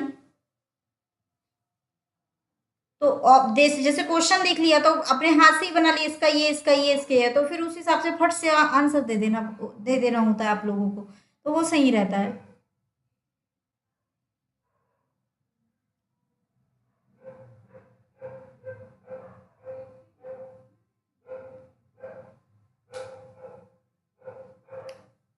बी नहीं है अमित जी, ए है इसका आंसर। इसका सही उत्तर है ए। देखो, माउंट रेनियर, माउंट रेनियर, अरे इसका सही उत्तर है, कौन सा क्वेश्चन है, 19, सही उत्तर है ए। कैसे कर रहे हो, माउंट रेनियर कहाँ पर है आपका, यूएसए में। माउंट एटना कहाँ पर है आपका, इटली में। पेरेकुटीन, माउंट एटना कहाँ है, इटली में। पेरेकुटीन कहाँ है, मैक्सिको में। टाल कहाँ है, फिलीपींस में, ठीक है। तो इस हिसाब से उत्तर कौन सा है इसका, 4, 1, अच्छा सॉरी सॉरी, बी है इसका सही उत्तर, ठीक है, सही दे रहे सब, बी है, हाँ, बी है इसका सही उत्तर। 4, 1, 4, 1, 2, 3, यहाँ ऑप्शन गड़बड़ कर दिए है। हाँ चलो, इसका सही उत्तर है आपका, सही उत्तर है ए का 4, 1, 2, 3, ठीक है। ऑप्शन में नहीं है ये, यहाँ पे गड़बड़ है ऑप्शन। चलिएगा, कोई दिक्कत नहीं, गड़बड़े हैं ऑप्शन, है ना, बस इसका याद रखना। Mount Rainier USA, Etna Italy, Paricutin Mexico, और टाल या टाल आपका कहाँ है, फिलीपींस में, ठीक है। हाँ चलिएगा, अगला करते हैं। अगला क्वेश्चन नंबर 20, इसको बताइएगा। सूची 1 और 2 को मिलाना है। इसमें लिखा है प्राकृतिक रूप से घटित होने वाले पदार्थ को सूची 2 यानी तत्वों से क्या करना है, सुमेलित करना है। दिए गए कूट का सही उपयोग करके सही उत्तर चुने, है ना। अब यहाँ पे बताइएगा कौन किससे विघटित हो जाता है, मतलब प्राकृतिक रूप से कौन किसका रूप है, इसको बताइएगा।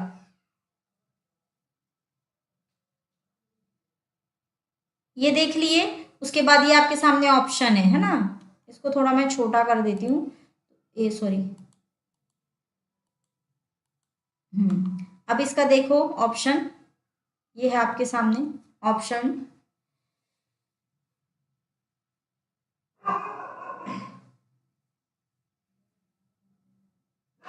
इसका बताइएगा।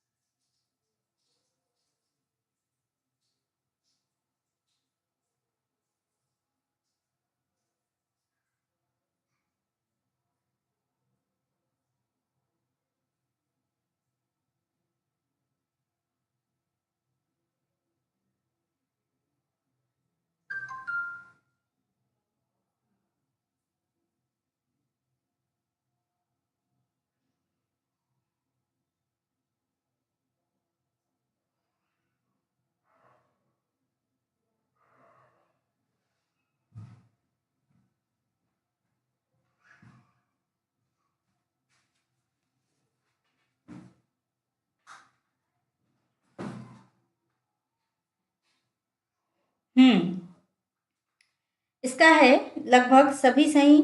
बी बी बी आएगा इसका। हाँ, सभी सही, सभी सही नहीं दे रहे हैं। वैसे बता रहे हो आप लोग, है ना। मानिक, एल्यूमिनियम, बालू, सिलिकॉन। हाँ ठीक है अफरोज, अमित जी ठीक है।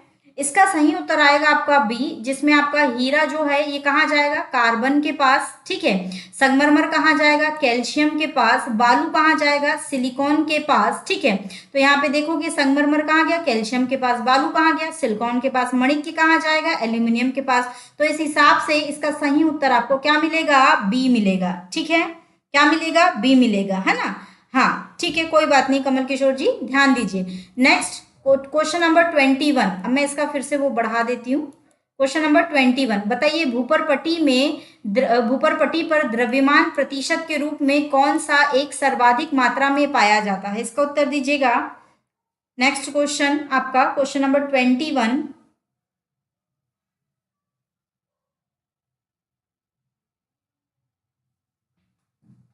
दीजिएगा इसका सही उत्तर।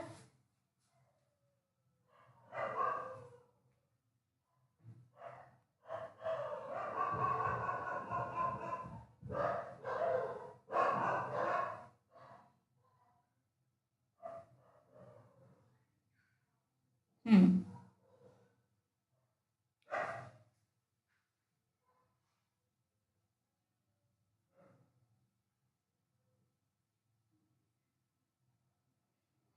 लगभग सभी ने सही दिया इसका उत्तर। सबसे ज्यादा मात्रा में क्या पाया जाता है, ऑक्सीजन, ठीक है। ऑक्सीजन के बाद आपका सिलिकॉन, फिर एल्यूमिनियम, फिर लोहा, फिर कैल्शियम, फिर सोडियम, पोटेशियम, मैग्नीशियम, है ना। हाँ बिल्कुल। चलिए अगला देखेंगे, क्वेश्चन नंबर 22 बताएं। ये भी एकदम आसान है। हिमालय का विस्तार अराकान योमा कहाँ स्थित है। हाँ बी ऑक्सीजन सही है। नेक्स्ट बताए आप, क्वेश्चन नंबर 22 अराकान योमा का विस्तार कहाँ पर है। हम्म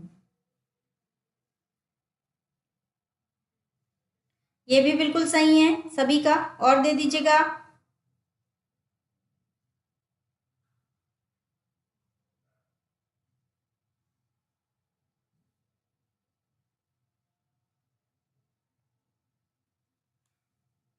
म्यांमार में, इसका है आपका बी, म्यांमार में, ठीक है सभी का। सभी का ठीक है।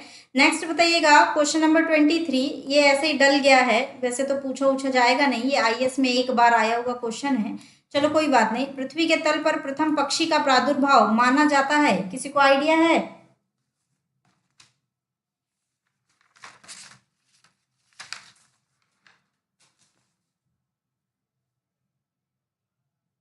23, क्वेश्चन नंबर 23 बताइएगा।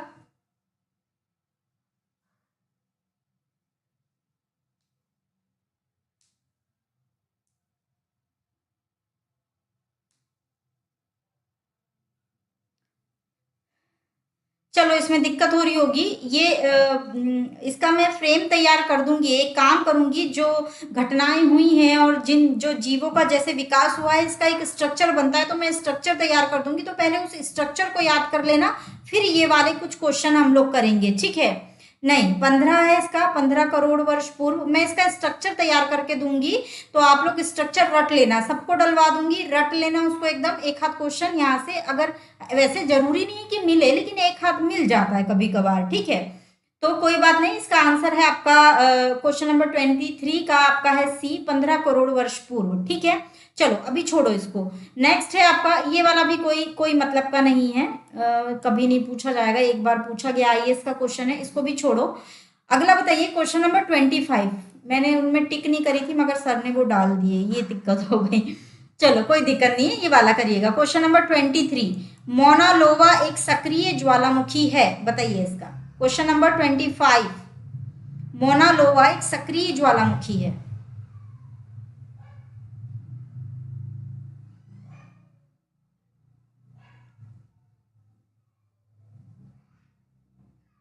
750 नहीं है, 950 है उसका सही है उत्तर। 950 है, 950, हाँ लगभग 980 950 सेंटीमीटर। 950, सॉरी 950 है इसका, सी है ना। 980 नहीं, 950। बी का दो, ये 25 का दो।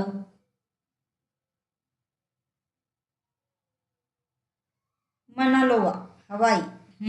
सही है। सबका सही है, बिल्कुल बढ़िया। ये सब आते रहते रिपीट होने वाले क्वेश्चन है, ठीक है। अगला बताएं, मृतक घाटी जानी जाती है, काहे के लिए जानी जाती है मृतक घाटी? कमल किशोर जी सही है आपका। 25 का। 26 का बताओ, मृतक घाटी जानी जाती है, काहे के लिए जानी जाती है मृतक घाटी?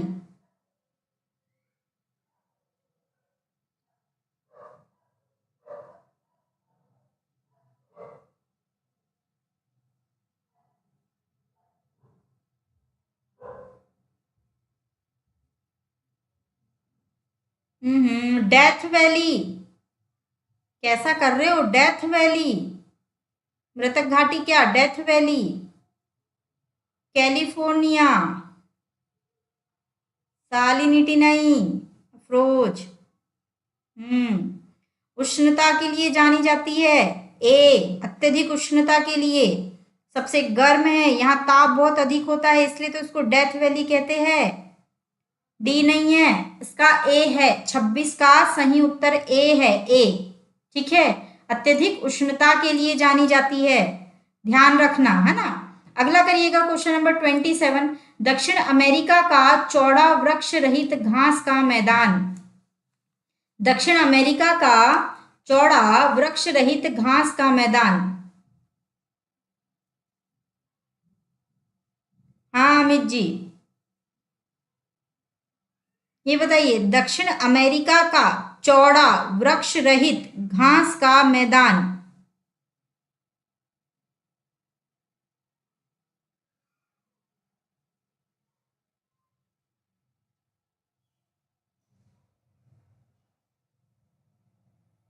हम्म हम्म ठीक है, सबका सही है, पंपास है इसका सही उत्तर, है ना। पूरे घास के मैदान लिखाए है, शीतोष्ण उष्ण सब, पूरे घास के मैदान देख के रट के जाना, एक क्वेश्चन मिल जाएगा यहाँ से, ठीक है। चांदनी जी, बी है इसका सही उत्तर, बी है ना। अगला बताएं क्वेश्चन नंबर 28। ये हाइट लिखा हुआ है, ये वाइट है, ठीक है। वाइट पर्वत पाए जाते हैं, वाइट है याद रखना, वाइट पर्वत पाए जाते हैं। क्वेश्चन नंबर 28, व्हाइट पर्वत पाए जाते हैं। कनाडा में है, नॉर्वे में है, यूएसए में है कि रूस में है? बताइए, क्वेश्चन नंबर 28, व्हाइट पर्वत।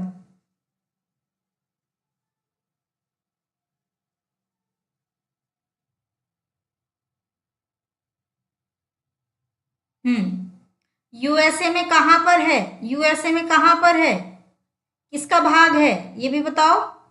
यूएसए में किसका भाग है व्हाइट पर्वत?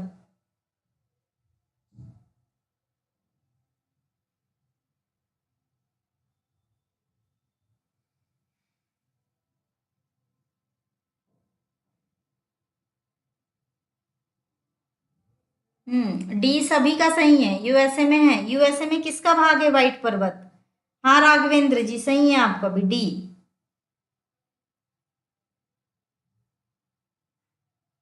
ठीक है, कमल किशोर जी आपका भी सही है। ये बताइएगा, किसी को नहीं पता, अपलेशियन माउंटेन, अपलेशियन पर्वत जो आपके यूएसए के पूर्व में है।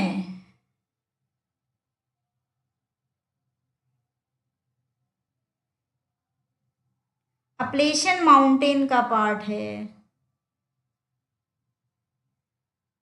ग्रीन वाइट, उसी का पार्ट है अपलेशियन माउंटेन, ठीक है। हाँ, चलिए अगला क्वेश्चन का आंसर दीजिएगा, नेक्स्ट का दीजिएगा 29। अरे यार ये अधूरा है, इसको छोड़ो, 29 को छोड़ो, ये आधा पूछा है, पता नहीं कौन सी घाटी है यहाँ पे, डालना भूल गए हैं सामने का नाम, ठीक है। अगला बताइए क्वेश्चन नंबर 30। क्वेश्चन नंबर 30 बताओ, है ना। ठीक है, सबका सही है ना। चलो, ग्रेट आर्टिजियन बेसिन, इसको बताइएगा, ग्रेट आर्टिजियन बेसिन किस देश में अवस्थित है? ग्रेट आर्टिजन बेसिन किस देश में अवस्थित है?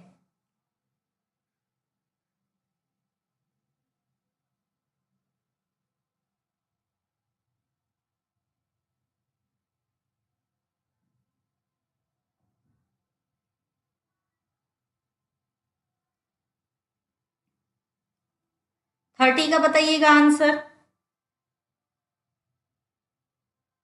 हम्म। हम्म।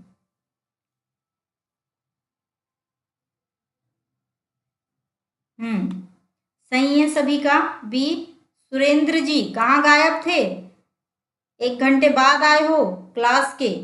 सबका सही है, ये है आपके ऑस्ट्रेलिया में। ठीक है, चलो अगला बताइए। आइसोगोनिक रेखाएं हैं, आइसोगोनिक रेखाएं बताएं।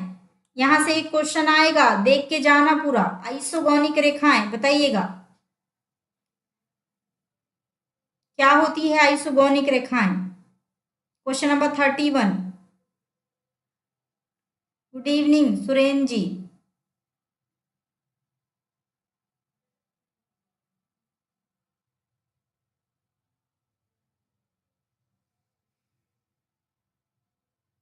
कोई बात नहीं, आंसर दीजिएगा। 31 आइसोगोनिक रेखाएं।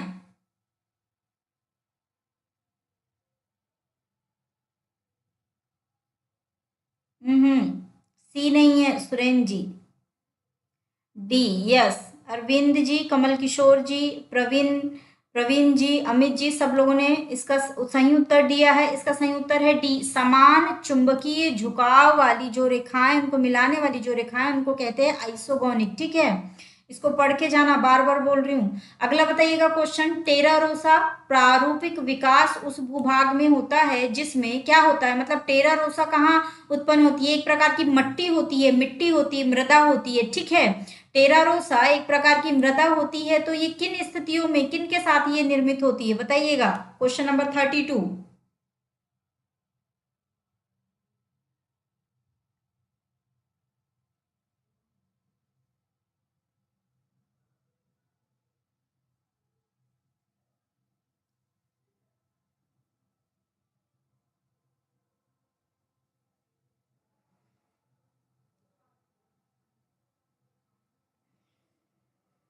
हम्म।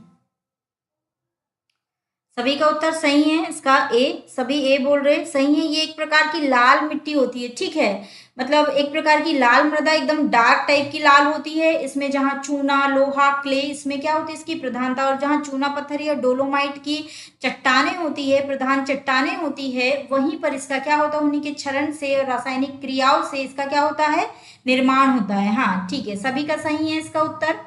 इसका उत्तर है आपका ए। ठीक है, अगला करिएगा। Question number 33। अवसादी शैलों के लिए निम्न में से कौन सा कथन असत्य है बताना है आपको। 4 कथन है आपके सामने, इन चारों कथनों में से कौन सा कथन असत्य है ये बताइएगा। ये वे शैलें हैं जिनकी संरचना ताप और दाब पर निर्भर करती है। ये अक्रिस्टलीय शैलें है। ये शैलें संस्तरों में निक्षेपित है। ये शैलें जल में नहीं निर्मित हो सकती। बताइए कौन सा इसमें से गलत है। किसके संदर्भ में? अवसादी शैलों के संदर्भ में। कौन सा गलत है अवसादी शैलों के संदर्भ में बताइएगा।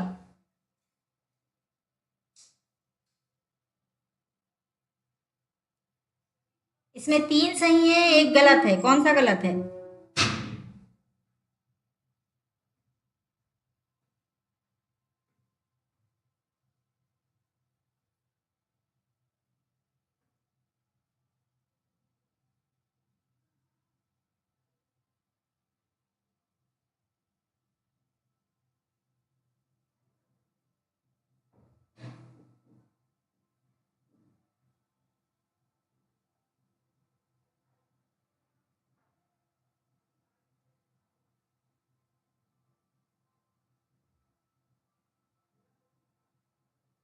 जिन जिन्होंने इसका उत्तर डी दिया है वो सही है। कहने का अर्थ ये है कि इसके ऊपरी 3 कथन ए बी सी सही हैं, जबकि डी कथन क्या है, गलत है। अवसादी शैलें जल में ही निर्मित होती है। ठीक है, नहीं कमल किशोर जी, इसका जो आप क्वेश्चन है इसका सही उत्तर है डी, है ना। यहाँ पे बोला गया है डी में कि ये शैलें जल में निर्मित नहीं हो सकती। ये कथन गलत है क्योंकि ये शैलें जल में ही निर्मित होती है। ठीक है, बाकी तीनों ऊपरी कथन सही हैं। ये अक्रिस्टलीय भी होती है। कुछ कुछ मात्रा देखी जाए तो बहुत अधिक ताप दाब में रह गई तो ही इसमें हल्के फुल्के क्रिस्टल बनेंगे, नहीं तो अधिकांश ये अक्रिस्टलीय होती है। क्रिस्टलीय जो शैलें है आपकी वो आग्नेय होती है। बड़े छोटे क्रिस्टल उसमें हो सकते हैं जैसे अगर बाह्य कोई आकृति बनी है आग्नेय शैलों की तो उसमें क्रिस्टल छोटे होंगे, लेकिन आंतरिक में अगर कोई आकृति निर्मित हुई है तो उसके क्रिस्टल, अगर जगह एरिया ज्यादा है तो क्रिस्टल क्या हो जाते हैं, बड़े बड़े हो जाते हैं। ठीक है, तो इसका सही उत्तर है आपका डी, क्योंकि ये जल में निर्मित हो सकती है। यहाँ पे डी क्या बोल रहा है, गलत बोल रहा है। ठीक है, नेक्स्ट बताइएगा 34, टीन मिलता है। ये चार ऑप्शन दिए हैं, इन चार ऑप्शन में से टीन कहाँ मिल सकता है ये बताइएगा।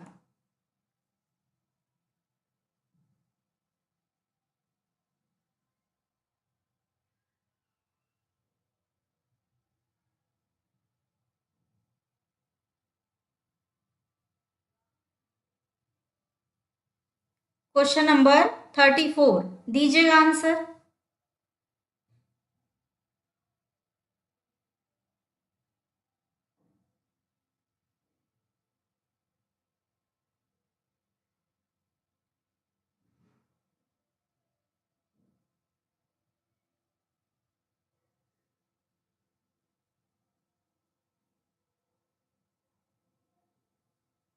नहीं, इसका सही उत्तर है बी, कायांतरित शैलों में टीन जो है, सुनो मेरी बात अच्छे से, इसका सही उत्तर है बी। सुनिएगा, सही सही से सुनिएगा, इसका सही उत्तर है बी। ठीक है, टीन कहाँ मिलेगा, कायांतरित शैलों में। देखा जाए तो जो आपका टीन है ये धारवाड़ क्रम की चट्टानों में पाया जाता है। अब ये जो धारवाड़ क्रम की चट्टानें होती है ये आग्नेय शैलों से निर्मित हुई होती है। मतलब आग्नेय शैलों के अपक्षय अपरदन से, और आग्नेय शैलों के अपक्षय अपरदन का जो मटेरियल है वो लाखों करोड़ों वर्षों तक आंतरिक भागों में दबे रहने से उनका क्या हो जाता है, रूपांतरण हो जाता है। तो वो अपना रूप बदल के क्या बन जाती है, धारवाड़ शैलें। तो जो टीन है वो धारवाड़ क्रम की चट्टानों में चूंकि पाया जाता है, और धारवाड़ क्रम की चट्टानें आग्नेय चट्टानों के रूपांतरण से निर्मित हुई है, इसलिए इसका सटीक उत्तर क्या होगा, कायांतरित शैल होगा। याद रखना, सटीक उत्तर क्या है इसका, कायांतरित शैल। और ये जो आपका टीन है ये कैसेराइट नामक अयस्क के साथ मिलता है।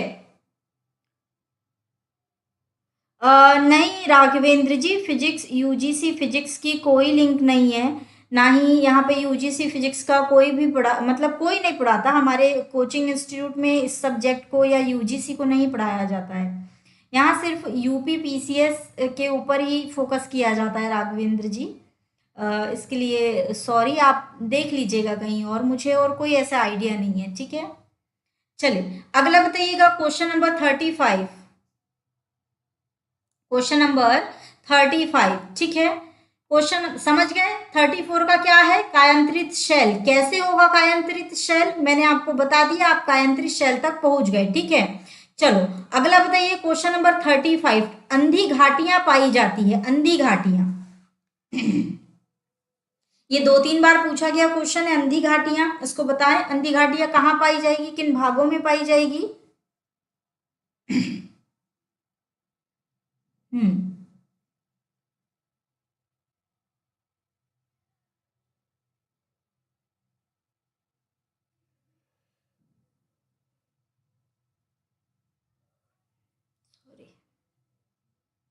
हम्म, सभी लोग ए आंसर दे रहे हैं, सबका सही है। कास्ट प्रदेश, कास्ट प्रदेश ऐसे प्रदेश होते हैं जहां पे चूना प्रधान चट्टानें होती है, मतलब कैल्शियम वाली, हाँ बिल्कुल कैल्शियम वाली चट्टानें होती है आपकी, और चूना प्रधान चट्टानें, और जब इनमें से जल धीरे धीरे या किसी धारा के रूप में जब रिसता है तो जहां तक वो चट्टानें अंदर होती है धीरे धीरे उसको पिघलाते हुए कोई जल अंदर ही अंदर गुफाओं में बहने लगता है। तो इस प्रकार से अंधी, मतलब घाटियां बन जाती है अंधेरी वाली, क्योंकि अंदर तो कोई व्यवस्था नहीं है लाइट की, है ना, तो जल बहने लगा, उसने घाटी का निर्माण कर लिया। तो इस प्रकार की जो घाटियां हैं वो सर्वाधिक कास्ट प्रदेश में देखने को मिलती है। ठीक है, तो यहाँ पे याद रखिएगा ए। चलो अगला बताइएगा, किलीमंजारो एक है, यहाँ पे आग्नेय ग्राही लिखा है, जबकि यहाँ आग्नेय गिरी आ जाएगा। यहाँ पे क्या आ जाएगा, आग्नेय गिरी, गिरी है ना, गिरी, याद रखना। अब इसको बताइएगा, इसका उत्तर बताइएगा सही, किलीमंजारो क्या है इनमें से। एक श्रृंग है, एक द्वीप है, एक नदी है, आग्नेयगिरी है, क्या है?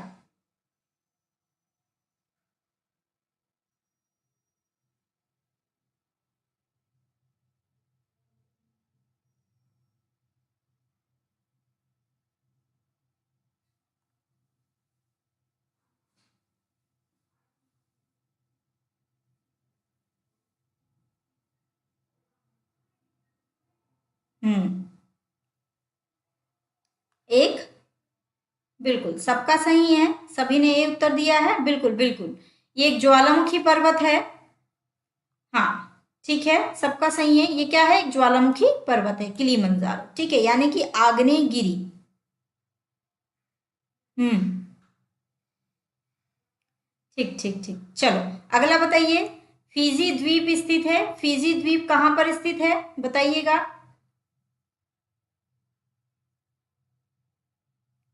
हाँ सही है शाइस्ता जी आपका भी। चलो 37 बताइएगा। 37, फिजी द्वीप कहाँ स्थित है? फिजी।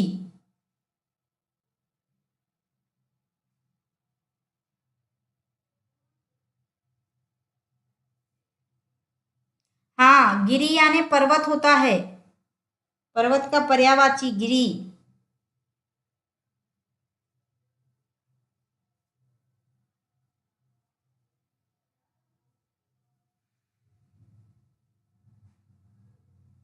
हम्म। प्रशांत महासागर के जितने द्वीप करवाए हैं, मेलानेशिया, पेलानेशिया, ये सब देख करके जाना एक बारी, है ना। पूरा मैपिंग देख करके जाना, लास्ट लास्ट में देखना, अभी नहीं। लास्ट में 15 अप्रैल के बाद देख लेना एक बार मैपिंग, ठीक है। चलिएगा, इसका है प्रशांत महासागर, बी, है ना, सबका सही है। बी सबका सही है। अगला बताइए, पृथ्वी परिभ्रमण करती हुई प्रति मिनट करीब करीब कितनी दूरी तय कर लेती है? पृथ्वी परिभ्रमण करती हुई प्रति मिनट करीब करीब कितनी दूरी तय कर लेती है?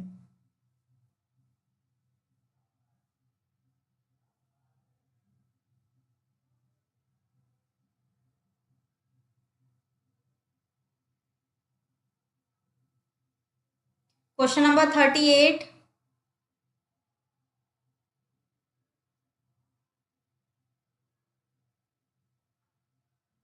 कोई आइडिया है किसी को? ये आईएएस का क्वेश्चन है। हम्म। हम्म। ए इसका सही उत्तर है शाइस्ता जी, ए ऑप्शन। वैसे एग्जैक्ट जो देखा जाए तो वो है 27.7 किलोमीटर, ठीक है, 27.7 किलोमीटर, लेकिन सबसे करीब अपने को क्या मिल रहा है? 28। तो एक मिनट में पृथ्वी करीब करीब कितनी दूरी तय कर लेती है? 28 किलोमीटर, ठीक है, 28 किलोमीटर, या एग्जैक्ट देखें तो 27.7 किलोमीटर।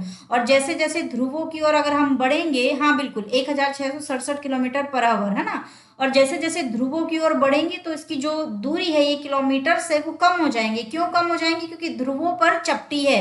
ये बात हमेशा याद रखना, कभी भी कथन कारण में ये क्वेश्चन उठा सकता है, कोई भी क्वेश्चन ऐसा उठा सकता है।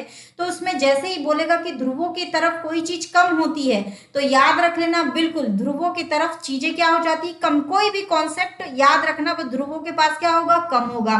चाहे क्षैतिज रूप में देखो, चाहे आप राउंड या सर्कल के रूप में देखो। क्यों? क्योंकि एक तो वहां पर वो क्या है? चपटी है, ठीक है, याद रखिएगा, कैसी है? चपटी है। तो किसी भी चीज को वहां पर दूरी तय करने में क्या लगेगा? कम। क्यों? क्योंकि इसका सर्कल क्या बनेगा? छोटा बनेगा, ठीक है। तो याद रखिएगा। अगला बताइए, अगला क्वेश्चन नंबर 39। विश्व के 80% सक्रिय ज्वालामुखी निम्नलिखित में से किन पेटियों में पाए जाते हैं? विश्व के 80% ज्वालामुखी, सक्रिय ज्वालामुखी निम्न में से किन पेटियों में पाए जाते हैं?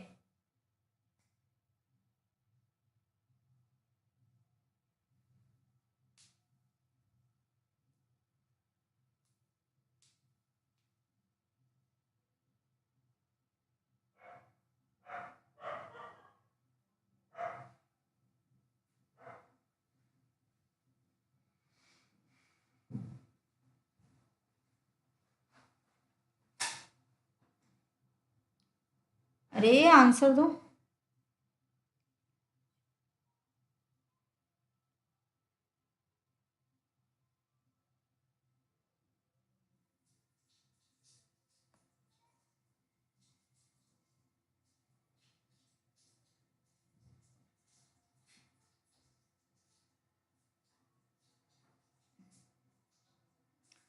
इसका सही उत्तर है ए। नाजिया अमित जी ने सही दिया, अफरोज ने इसका उत्तर सही दिया, बाकी सब ने इसका उत्तर गलत दिए। कैसा कर रहे हो? कई लोग ऐसे हो जिन्होंने प्री और मेंस दोनों में पढ़ा है इसको, ठीक है, ऐसा मत करो। प्रवीण जी कैसे गलत कर रहे हो? विश्व के 80% ज्वालामुखी कहाँ पाए जाते हैं? किन दो पेटियों में? सबसे पहला तो आ जाएगा परिप्रशांत पेटी, इसमें सबसे ज्यादा पाए जाते हैं। उसके बाद दूसरा क्या आ जाएगा आपका? दूसरा आ जाएगा मध्य महाद्वीपीय पेटी, दूसरे स्तर पर मध्य महाद्वीपीय पेटी में पाए जाते हैं। फिर उसके बाद पाए जाते हैं आपके अंध महासागरीय पेटी में, ठीक है। उसके बाद कहाँ पाए जाते हैं? अंध महासागरीय पेटी में। तो इसका सही उत्तर है आपका 2 और 3, ए सही है ना। इसका सही उत्तर क्या है? ए, ध्यान रखना, है ना। चलो अगला देखिएगा, क्वेश्चन नंबर 40। विश्व के विशाल वलित पर्वतों की रचना आज से लगभग कितने मिलियन वर्ष पूर्व हुई है? विशाल पर्वतों की रचना, सॉरी, वलित पर्वतों की रचना आज से लगभग कितने मिलियन वर्ष पूर्व हुई है? वलित पर्वतों की रचना।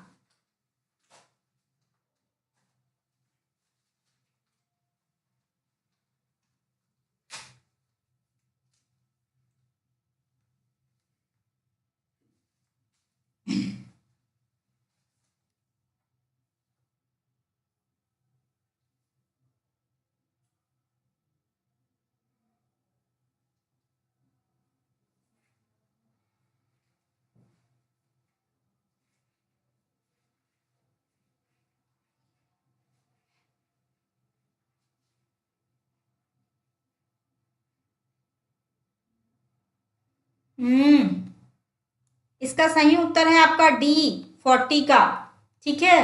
40 का सही उत्तर है डी,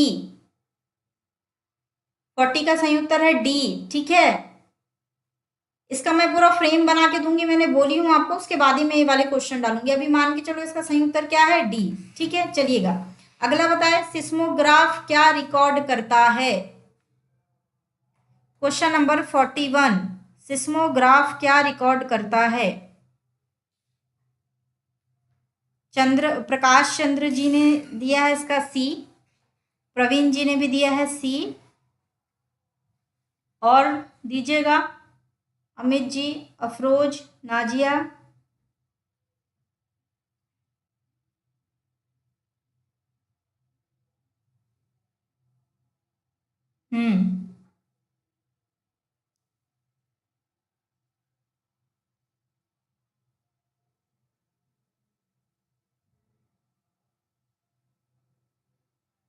इसका सही उत्तर है सी, भूचाल, ठीक है। पृथ्वी की चाल, पृथ्वी में चलने वाली तरंगे, उन्हीं का तो मापन किया जाता है, ठीक है। तो इसका क्या आ जाएगा सही उत्तर? सी, भूचाल। अगला बताए, क्वेश्चन नंबर 42, निम्नलिखित में से कौन सुमेलित है? 42 करिएगा, निम्न में से कौन सुमेलित है?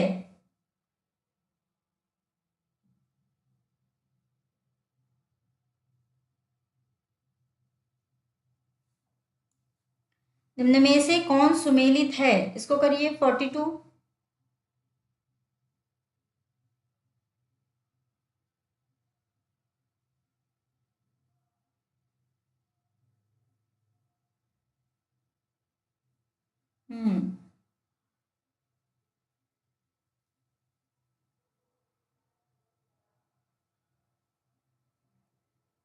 ठीक है, सभी का सही है, सब लोग सी कह रहे हैं, लगभग सबका सही है।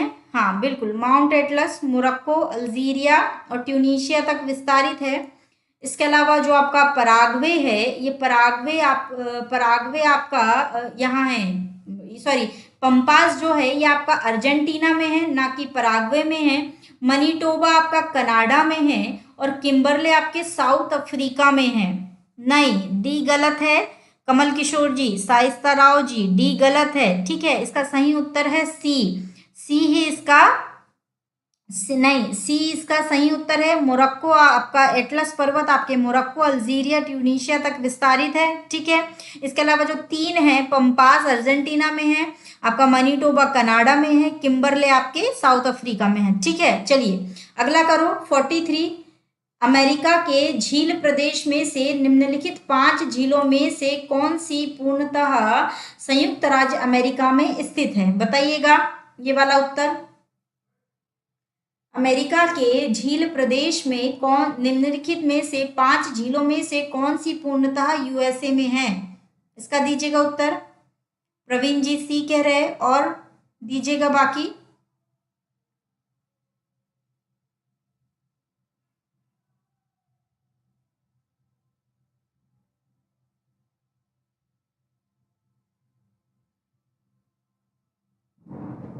हम्म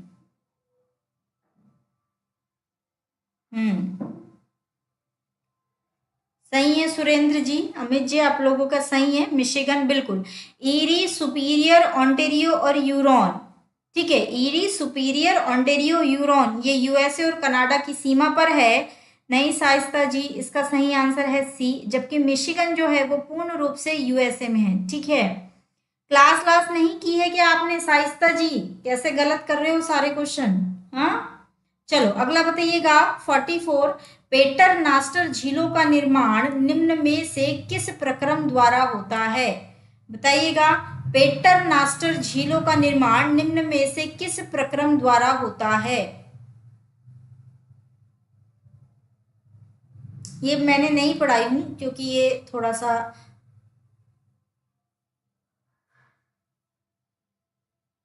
नहीं प्रवीण जी, ईरी थोड़ू ना है, ईरी नहीं है, मिशिगन है, सी।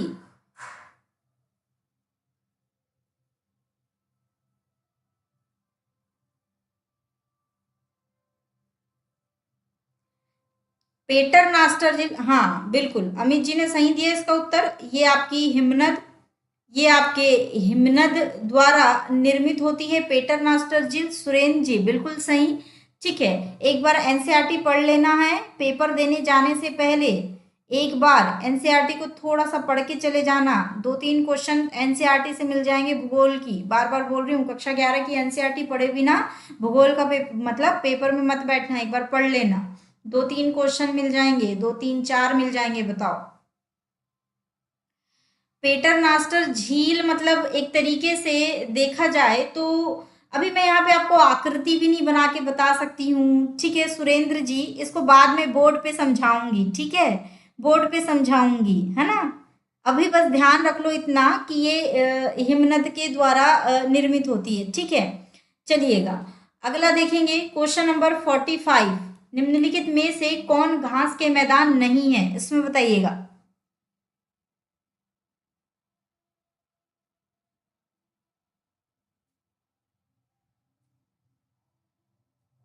क्वेश्चन नंबर 45 बताएं, निम्नलिखित में से कौन घास के मैदान नहीं है? कौन सा घास का मैदान नहीं है इन चारों में से? सेल्वास, स्टेपी, लानोस, डाउन्स, इनमें से कौन सा ऐसा है जो कहते तो घास का मैदान है लेकिन वो घास का नहीं है? हम्म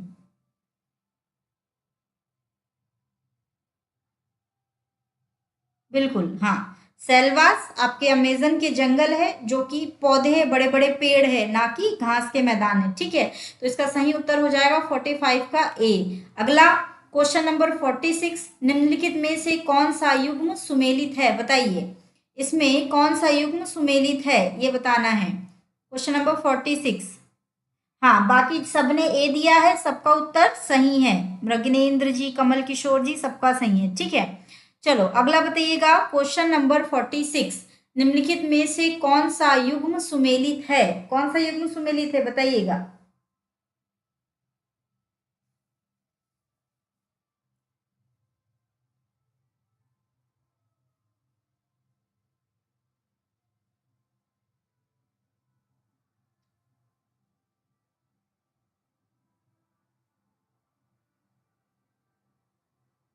हम्म 46 का भी लगभग सभी सही उत्तर दे रहे हैं। इसका सही उत्तर है आपका ए। कोलोराडो का पठार संयुक्त राज्य अमेरिका में है, ये वाला आपका सही है। पामीर का पठार अगर आप देखोगे तो ये मध्य एशिया में है, और पामीर के पठार का अधिकांश जो विस्तार है वो तजाकिस्तान में है, ठीक है। पामीर का पठार मध्य एशिया में है और इसका अधिकांश विस्तार तजाकिस्तान में है। और इसकी सीमा अफगानिस्तान, चीन और किर्गिस्तान, ये 4 देशों में फैली हुई है।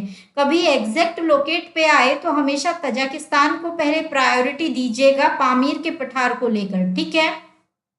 नहीं अनिल जी, इसका सही उत्तर है ए। उसके बाद जो आपका पेटागोनिया का पठार है, ये पेटागोनिया का पठार है आपके अर्जेंटीना में, ना कि चिली में, ठीक है। पेटागोनिया का पठार कहाँ पर है? अर्जेंटीना में। जो आपके पीडमेंट है, इस पीडमेंट का जो पठार है आपका, वो है आपका यूएसए के पूर्व में, अपलेशन के पूर्व में। क्या है आपका? पीडमेंट का पठार यूएसए में अपलेशन पर्वतमाला के पास आपका क्या मिलता है आपको? पीडमांट का पठार, जिसको गिरपद पठार का एग्जाम्पल भी माना जाता है, ठीक है। तो याद रखिएगा, पामीर का पठार सर्वाधिक विस्तार तजाकिस्तान में, अफगानिस्तान और फिर आपके अफगानिस्तान, चीन और आपके किर्गिस्तान में, ठीक है। पेटागोनिया अर्जेंटीना में, पीडमेंट आपका यूएसए में अपलेशियन पर्वत के पास, ठीक है। तो इसका सही उत्तर है आपका ए। बाकी तीनों जो ये थे ये गलत थे, ठीक है। अगला बताइएगा क्वेश्चन नंबर 47। ये क्या पूछ रहा है कि पृथ्वी के अंतर्जात बलों का स्रोत निम्न में से कौन सा है? बताइए, पृथ्वी में जो अंतर्जात बल उत्पन्न होते हैं उसका स्रोत इन चारों में से कौन सा है?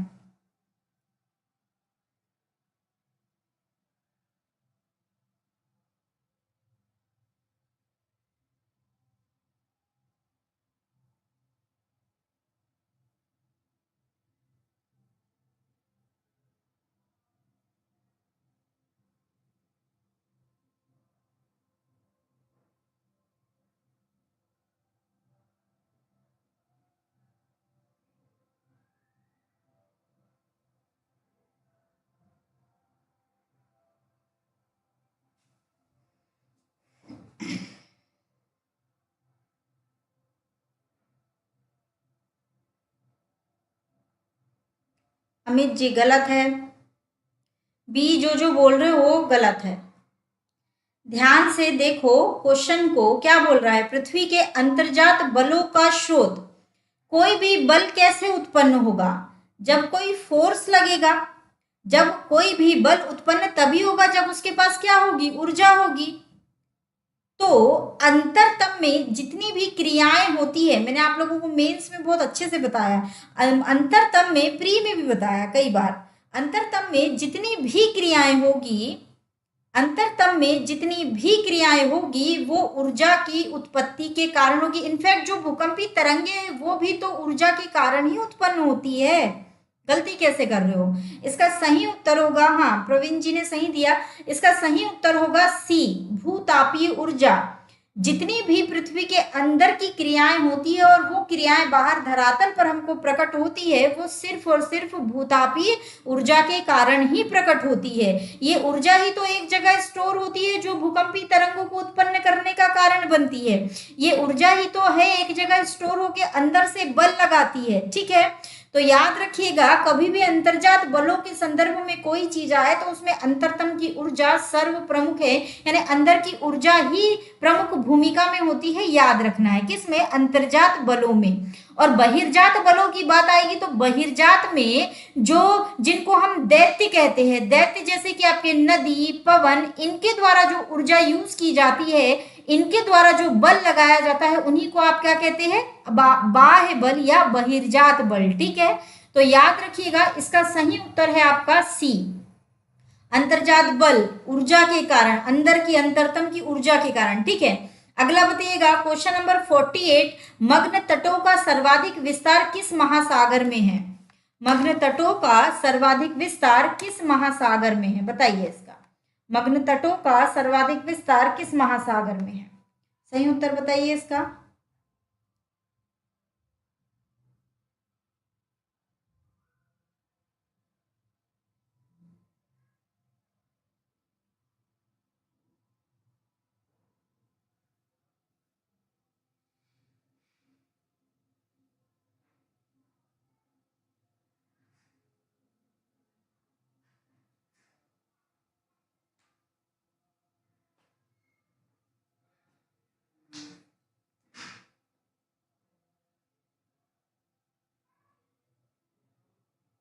हम्म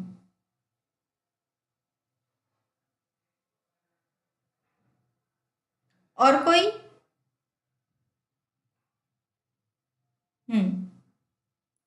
48 नहीं पता अफरोज। अच्छा कोई बात नहीं, अभी बता रही मैं, है ना।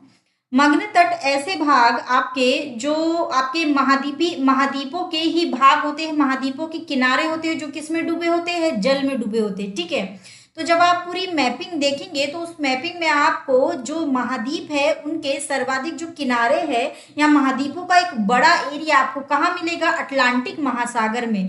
तो अगर आपसे कभी पूछा जाए कि सर्वाधिक मग्न तटों का जो सर्वाधिक विस्तार है वो कहाँ पर है या किस महासागर में है, तो याद रखिएगा ये सर्वाधिक इनका विस्तार अटलांटिक महासागर में, ठीक है। अटलांटिक महासागर, है ना। मग्न तट क्या होते हैं, मैंने आपको बता ही दिया कि जो आपके महाद्वीप होते हैं उनके किनारों के निकले हुए भाग। तो इस प्रकार की जो आकृति आपको सर्वाधिक देखने को मिलेगी वो कहाँ मिलेगी, अटलांटिक महासागर में। मैप को जब आप ध्यान से देखेंगे तो आप पाएंगे कि जितने भी महाद्वीप है सबका अधिकांश जो निकला हुआ भाग है वो कहाँ पर है, अटलांटिक में, ठीक है। तो इसका सही उत्तर है आपका अटलांटिक। अगला बताए, शील्ड ज्वालामुखी पाए जाते हैं, शील्ड ज्वालामुखी पाए जाते हैं।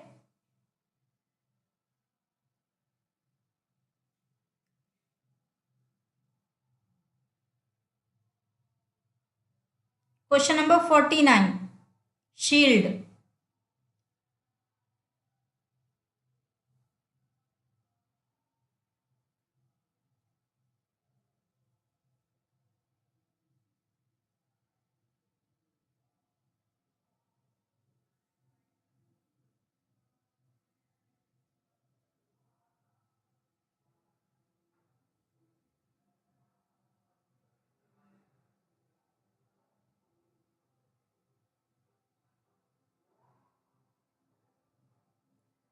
डी नहीं है, डी कैसे हो जाएगा सुरेंद्र जी, डी कैसे हो जाएगा, गलत है डी। नहीं, डी गलत है अफरोज।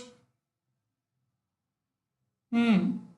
अमित जी ने इसका उत्तर, हाँ बिल्कुल, अमित जी ने इसका उत्तर सही दिया है। देखो, संरक्षी प्लेटों के किनारे तो ज्वालामुखी क्रिया होती ही नहीं है, तो ये तो पहले ही खत्म हो जाएगा। मैं आपको बता रही हूँ कैसे सॉल्व करोगे। संरक्षी प्लेट के किनारे कोई ज्वालामुखी क्रिया होती ही नहीं है। इस प्लेट के किनारे, संरक्षी मतलब जहां ना तो प्लेट का ना प्लेट वेस्ट होती है, मतलब ना ही प्लेट का विनाश होता है, ना ही किसी नई संरचना का निर्माण होता है, ठीक है। तो इस प्रकार ये दो प्लेटें जब एक दूसरे के समानांतर चलती है तो उस किनारे को कहते हैं संरक्षी किनारा, ठीक है।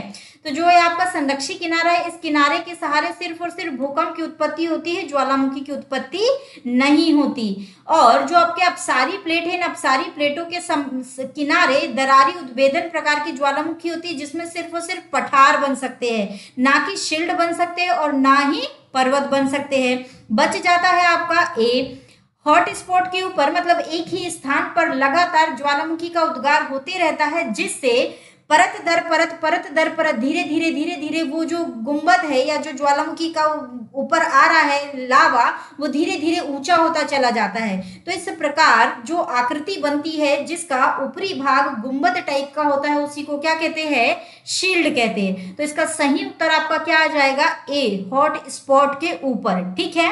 अगला क्वेश्चन करिए, क्वेश्चन नंबर 50। निम्न में से कौन सी वायुमंडलीय परत है जिसमें ऊंचाई के साथ तापमान में वृद्धि अंकित की जाती है, बताइएगा।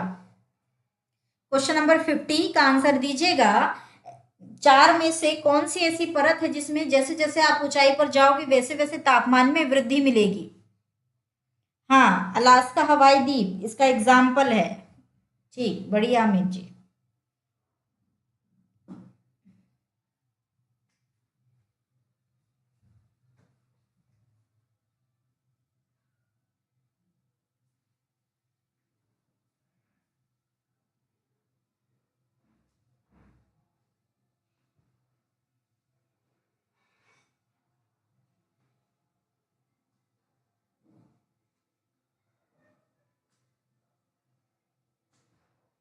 बताइएगा इसका।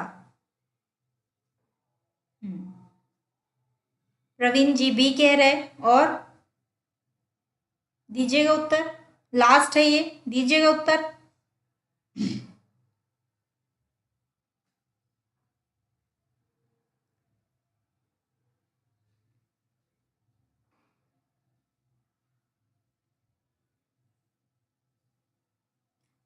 प्रवीण जी को छोड़ करके सबने गलत उत्तर दिया है। इसका सही उत्तर है बी, मेसोस्फीयर। देखो, सबसे पहले क्या होगा आपका ट्रोपोस्फियर, यानी कि क्षोभ मंडल। क्षोभ मंडल में जैसे जैसे आप ऊपर की ओर जाएंगे वैसे वैसे तापमान में क्या होगी, कमी होगी। ठीक है, क्षोभ मंडल में जैसे जैसे आप ऊपर की ओर जाते हैं तापमान में क्या आती है, गिरावट, पढ़ाई हूं। ठीक है, उसके बाद आता है आपका स्ट्रेटोस्फियर, यानी कि समताप मंडल। समताप मंडल में इसका नाम ही समताप है, यानी समान ताप लगभग यहाँ पे क्या होता है, समान। लेकिन जो आपकी ओजोन लेयर है उसके पास जाते जाते थोड़ी बहुत वृद्धि हो जाती है, लेकिन ज्यादा नहीं होती। उसके बाद आपका मिलता है मेसोस्फियर। तो मेसोस्फियर में जैसे जैसे आप ऊपर की ओर जाते हैं, मध्य मंडल में जैसे जैसे आप ऊपर की ओर जाते हैं तापमान में क्या होने लग जाती है, वृद्धि होने लग जाती है। तो इसका सही उत्तर आपका क्या हो जाएगा, मेसोस्फियर। ठीक है, इसका सही उत्तर क्या है, मेसोस्फियर।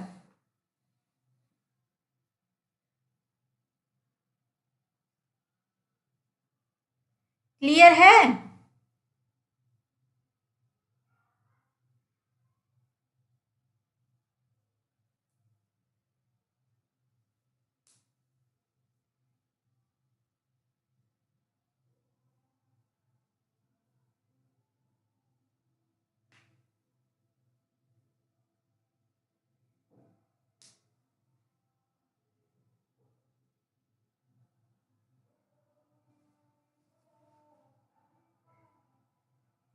ठीक है, तो आज के लिए बस इतना ही रखेंगे, क्योंकि आज 50 क्वेश्चन ही मैंने रेडी रेडी करवा पाई थी।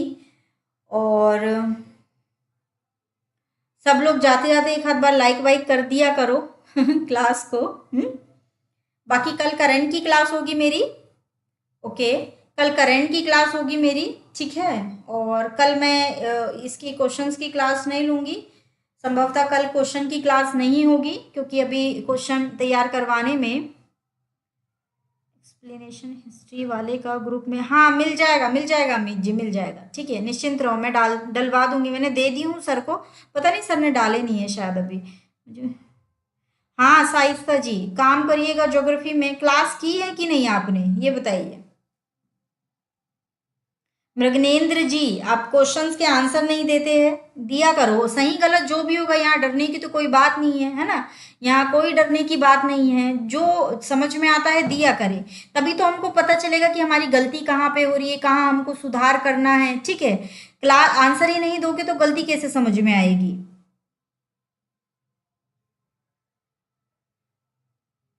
अमित जी, ये चलती रहेगी एग्जाम तक, बकायदा ये क्लास चलती रहेगी एग्जाम तक। इतने क्वेश्चन कर लेंगे अपन, उनमें से तो लगभग आपके कई जगह आप टकरा जाओगे क्वेश्चन से। ठीक है, मैपिंग वगैरह पे ध्यान दें। इंडियन ज्योग्राफी तो थोड़ा इजी है, लेकिन वर्ल्ड ज्योग्राफी पे थोड़ी मेहनत करनी पड़ेगी आप लोगों को। तभी मैंने पहले भी क्लास में कहा था कि एक बार अवश्य ही कक्षा 11 की एनसीईआरटी पढ़ लेना। इसमें से कई क्वेश्चन ऐसे थे जो कक्षा 11 की एनसीईआरटी पर बेस्ड थे। ठीक है, और दूसरी दूसरी बात यह है कि आपको वर्ल्ड की मैपिंग जो मैंने आज पीडीएफ डाली है, आपको उत्तरी अमेरिका की, दक्षिण अमेरिका की, ओशनिया की, है ना, आपको अफ्रीका की, ये सब क्या है, मैपिंग है। और ये वहां जो लिखा है उसको तो आपको पढ़ना ही है उस पीडीएफ में। इसके अलावा आपको एक काम और करना है, वो काम ये है कि आपके पास एक एटलस की बुक होनी चाहिए, और उस बुक को आपको बार बार देखना चाहिए। ये मैपिंग एक बार करे एक बार पढ़े याद नहीं होती है, इनको बार बार देखना पड़ता है, तब चीजें दिमाग में बैठती है। ठीक है, तो आपका काम है एक एक बार देखना। मैं ही बहुत दिनों तक अगर नहीं देखूंगी मैपिंग को तो मेरे को खुद भुलाए जैसे लगने लगता है। तो वही मैं कह रही हूँ कि आप एक मैप को लगातार कंटिन्यूअसली 2-4 दिन, 2-4-8 दिन में एक बार देखते रहें। ठीक है, क्योंकि क्वेश्चन यहाँ से आते ही है ना, मैपिंग से आपको क्वेश्चन जरूर मिलेंगे। तो छोड़ के नहीं जाना है, देख के नहीं मतलब देख के नहीं जाओगे, छोड़ के जाओगे तो क्वेश्चन नहीं बनेंगे। तो देख करके जाना है सबको। हाँ, सबका हो जाएगा। सबके लिए मेरी यही ब्लेसिंग्स है कि आप सब लोगों का हो जाए। इससे ज्यादा खुशी हमको और कोई हो नहीं सकेगी। ऐसा लगेगा हमने जो मेहनत की अपने लिए, आपके लिए, वो सब सफल हो गई, है ना। तो मैं खुद चाहती हूँ कि आप लोगों का हो जाए, इस बार कैरियर पथ से कुछ ना कुछ परिणाम अवश्य ही निकल कर आए। ठीक है, चलिएगा, तो आज के लिए बस इतना ही। बाकी कल करेंगे। कल सर कह रहे संविधान की क्लास होगी तो संविधान के क्वेश्चंस होंगे जो कि सर लेकर के आएंगे। और आप लोग पढ़ते रहिए अच्छे से, मन से, दिल लगा करके अच्छे से पढ़ते रहो, बिल्कुल, है ना। और बारीकियों को पकड़ना है, भूलना नहीं है कुछ। छोटी छोटी चीजों से ही क्वेश्चन आते, ऐसा लगेगा हमको कई जगह हम स्किप कर जाते, स्लिप हो जाते और वहीं से क्वेश्चन उड़ जाते हैं ना। तो आराम से पढ़ना है सबको, जल्दबाजी नहीं करना है, एक ही बार में काम करो, बार बार उसको करने की जरूरत ना पड़े। जैसे अगर आप कोई भी सब्जेक्ट पढ़ रहे हो, हिस्ट्री पढ़ रहे हो, पॉलिटी या ज्योग्राफी पढ़ रहे हो, तो ऐसा पढ़ो कि एक ही बार में याद हो जाए, बार बार उसको उठाना ही ना पड़े, है ना। तो एक बार में याद करने की नीति को अपनाया जाए, बार बार नहीं। ठीक है, तो चलिएगा आज के लिए बस इतना ही।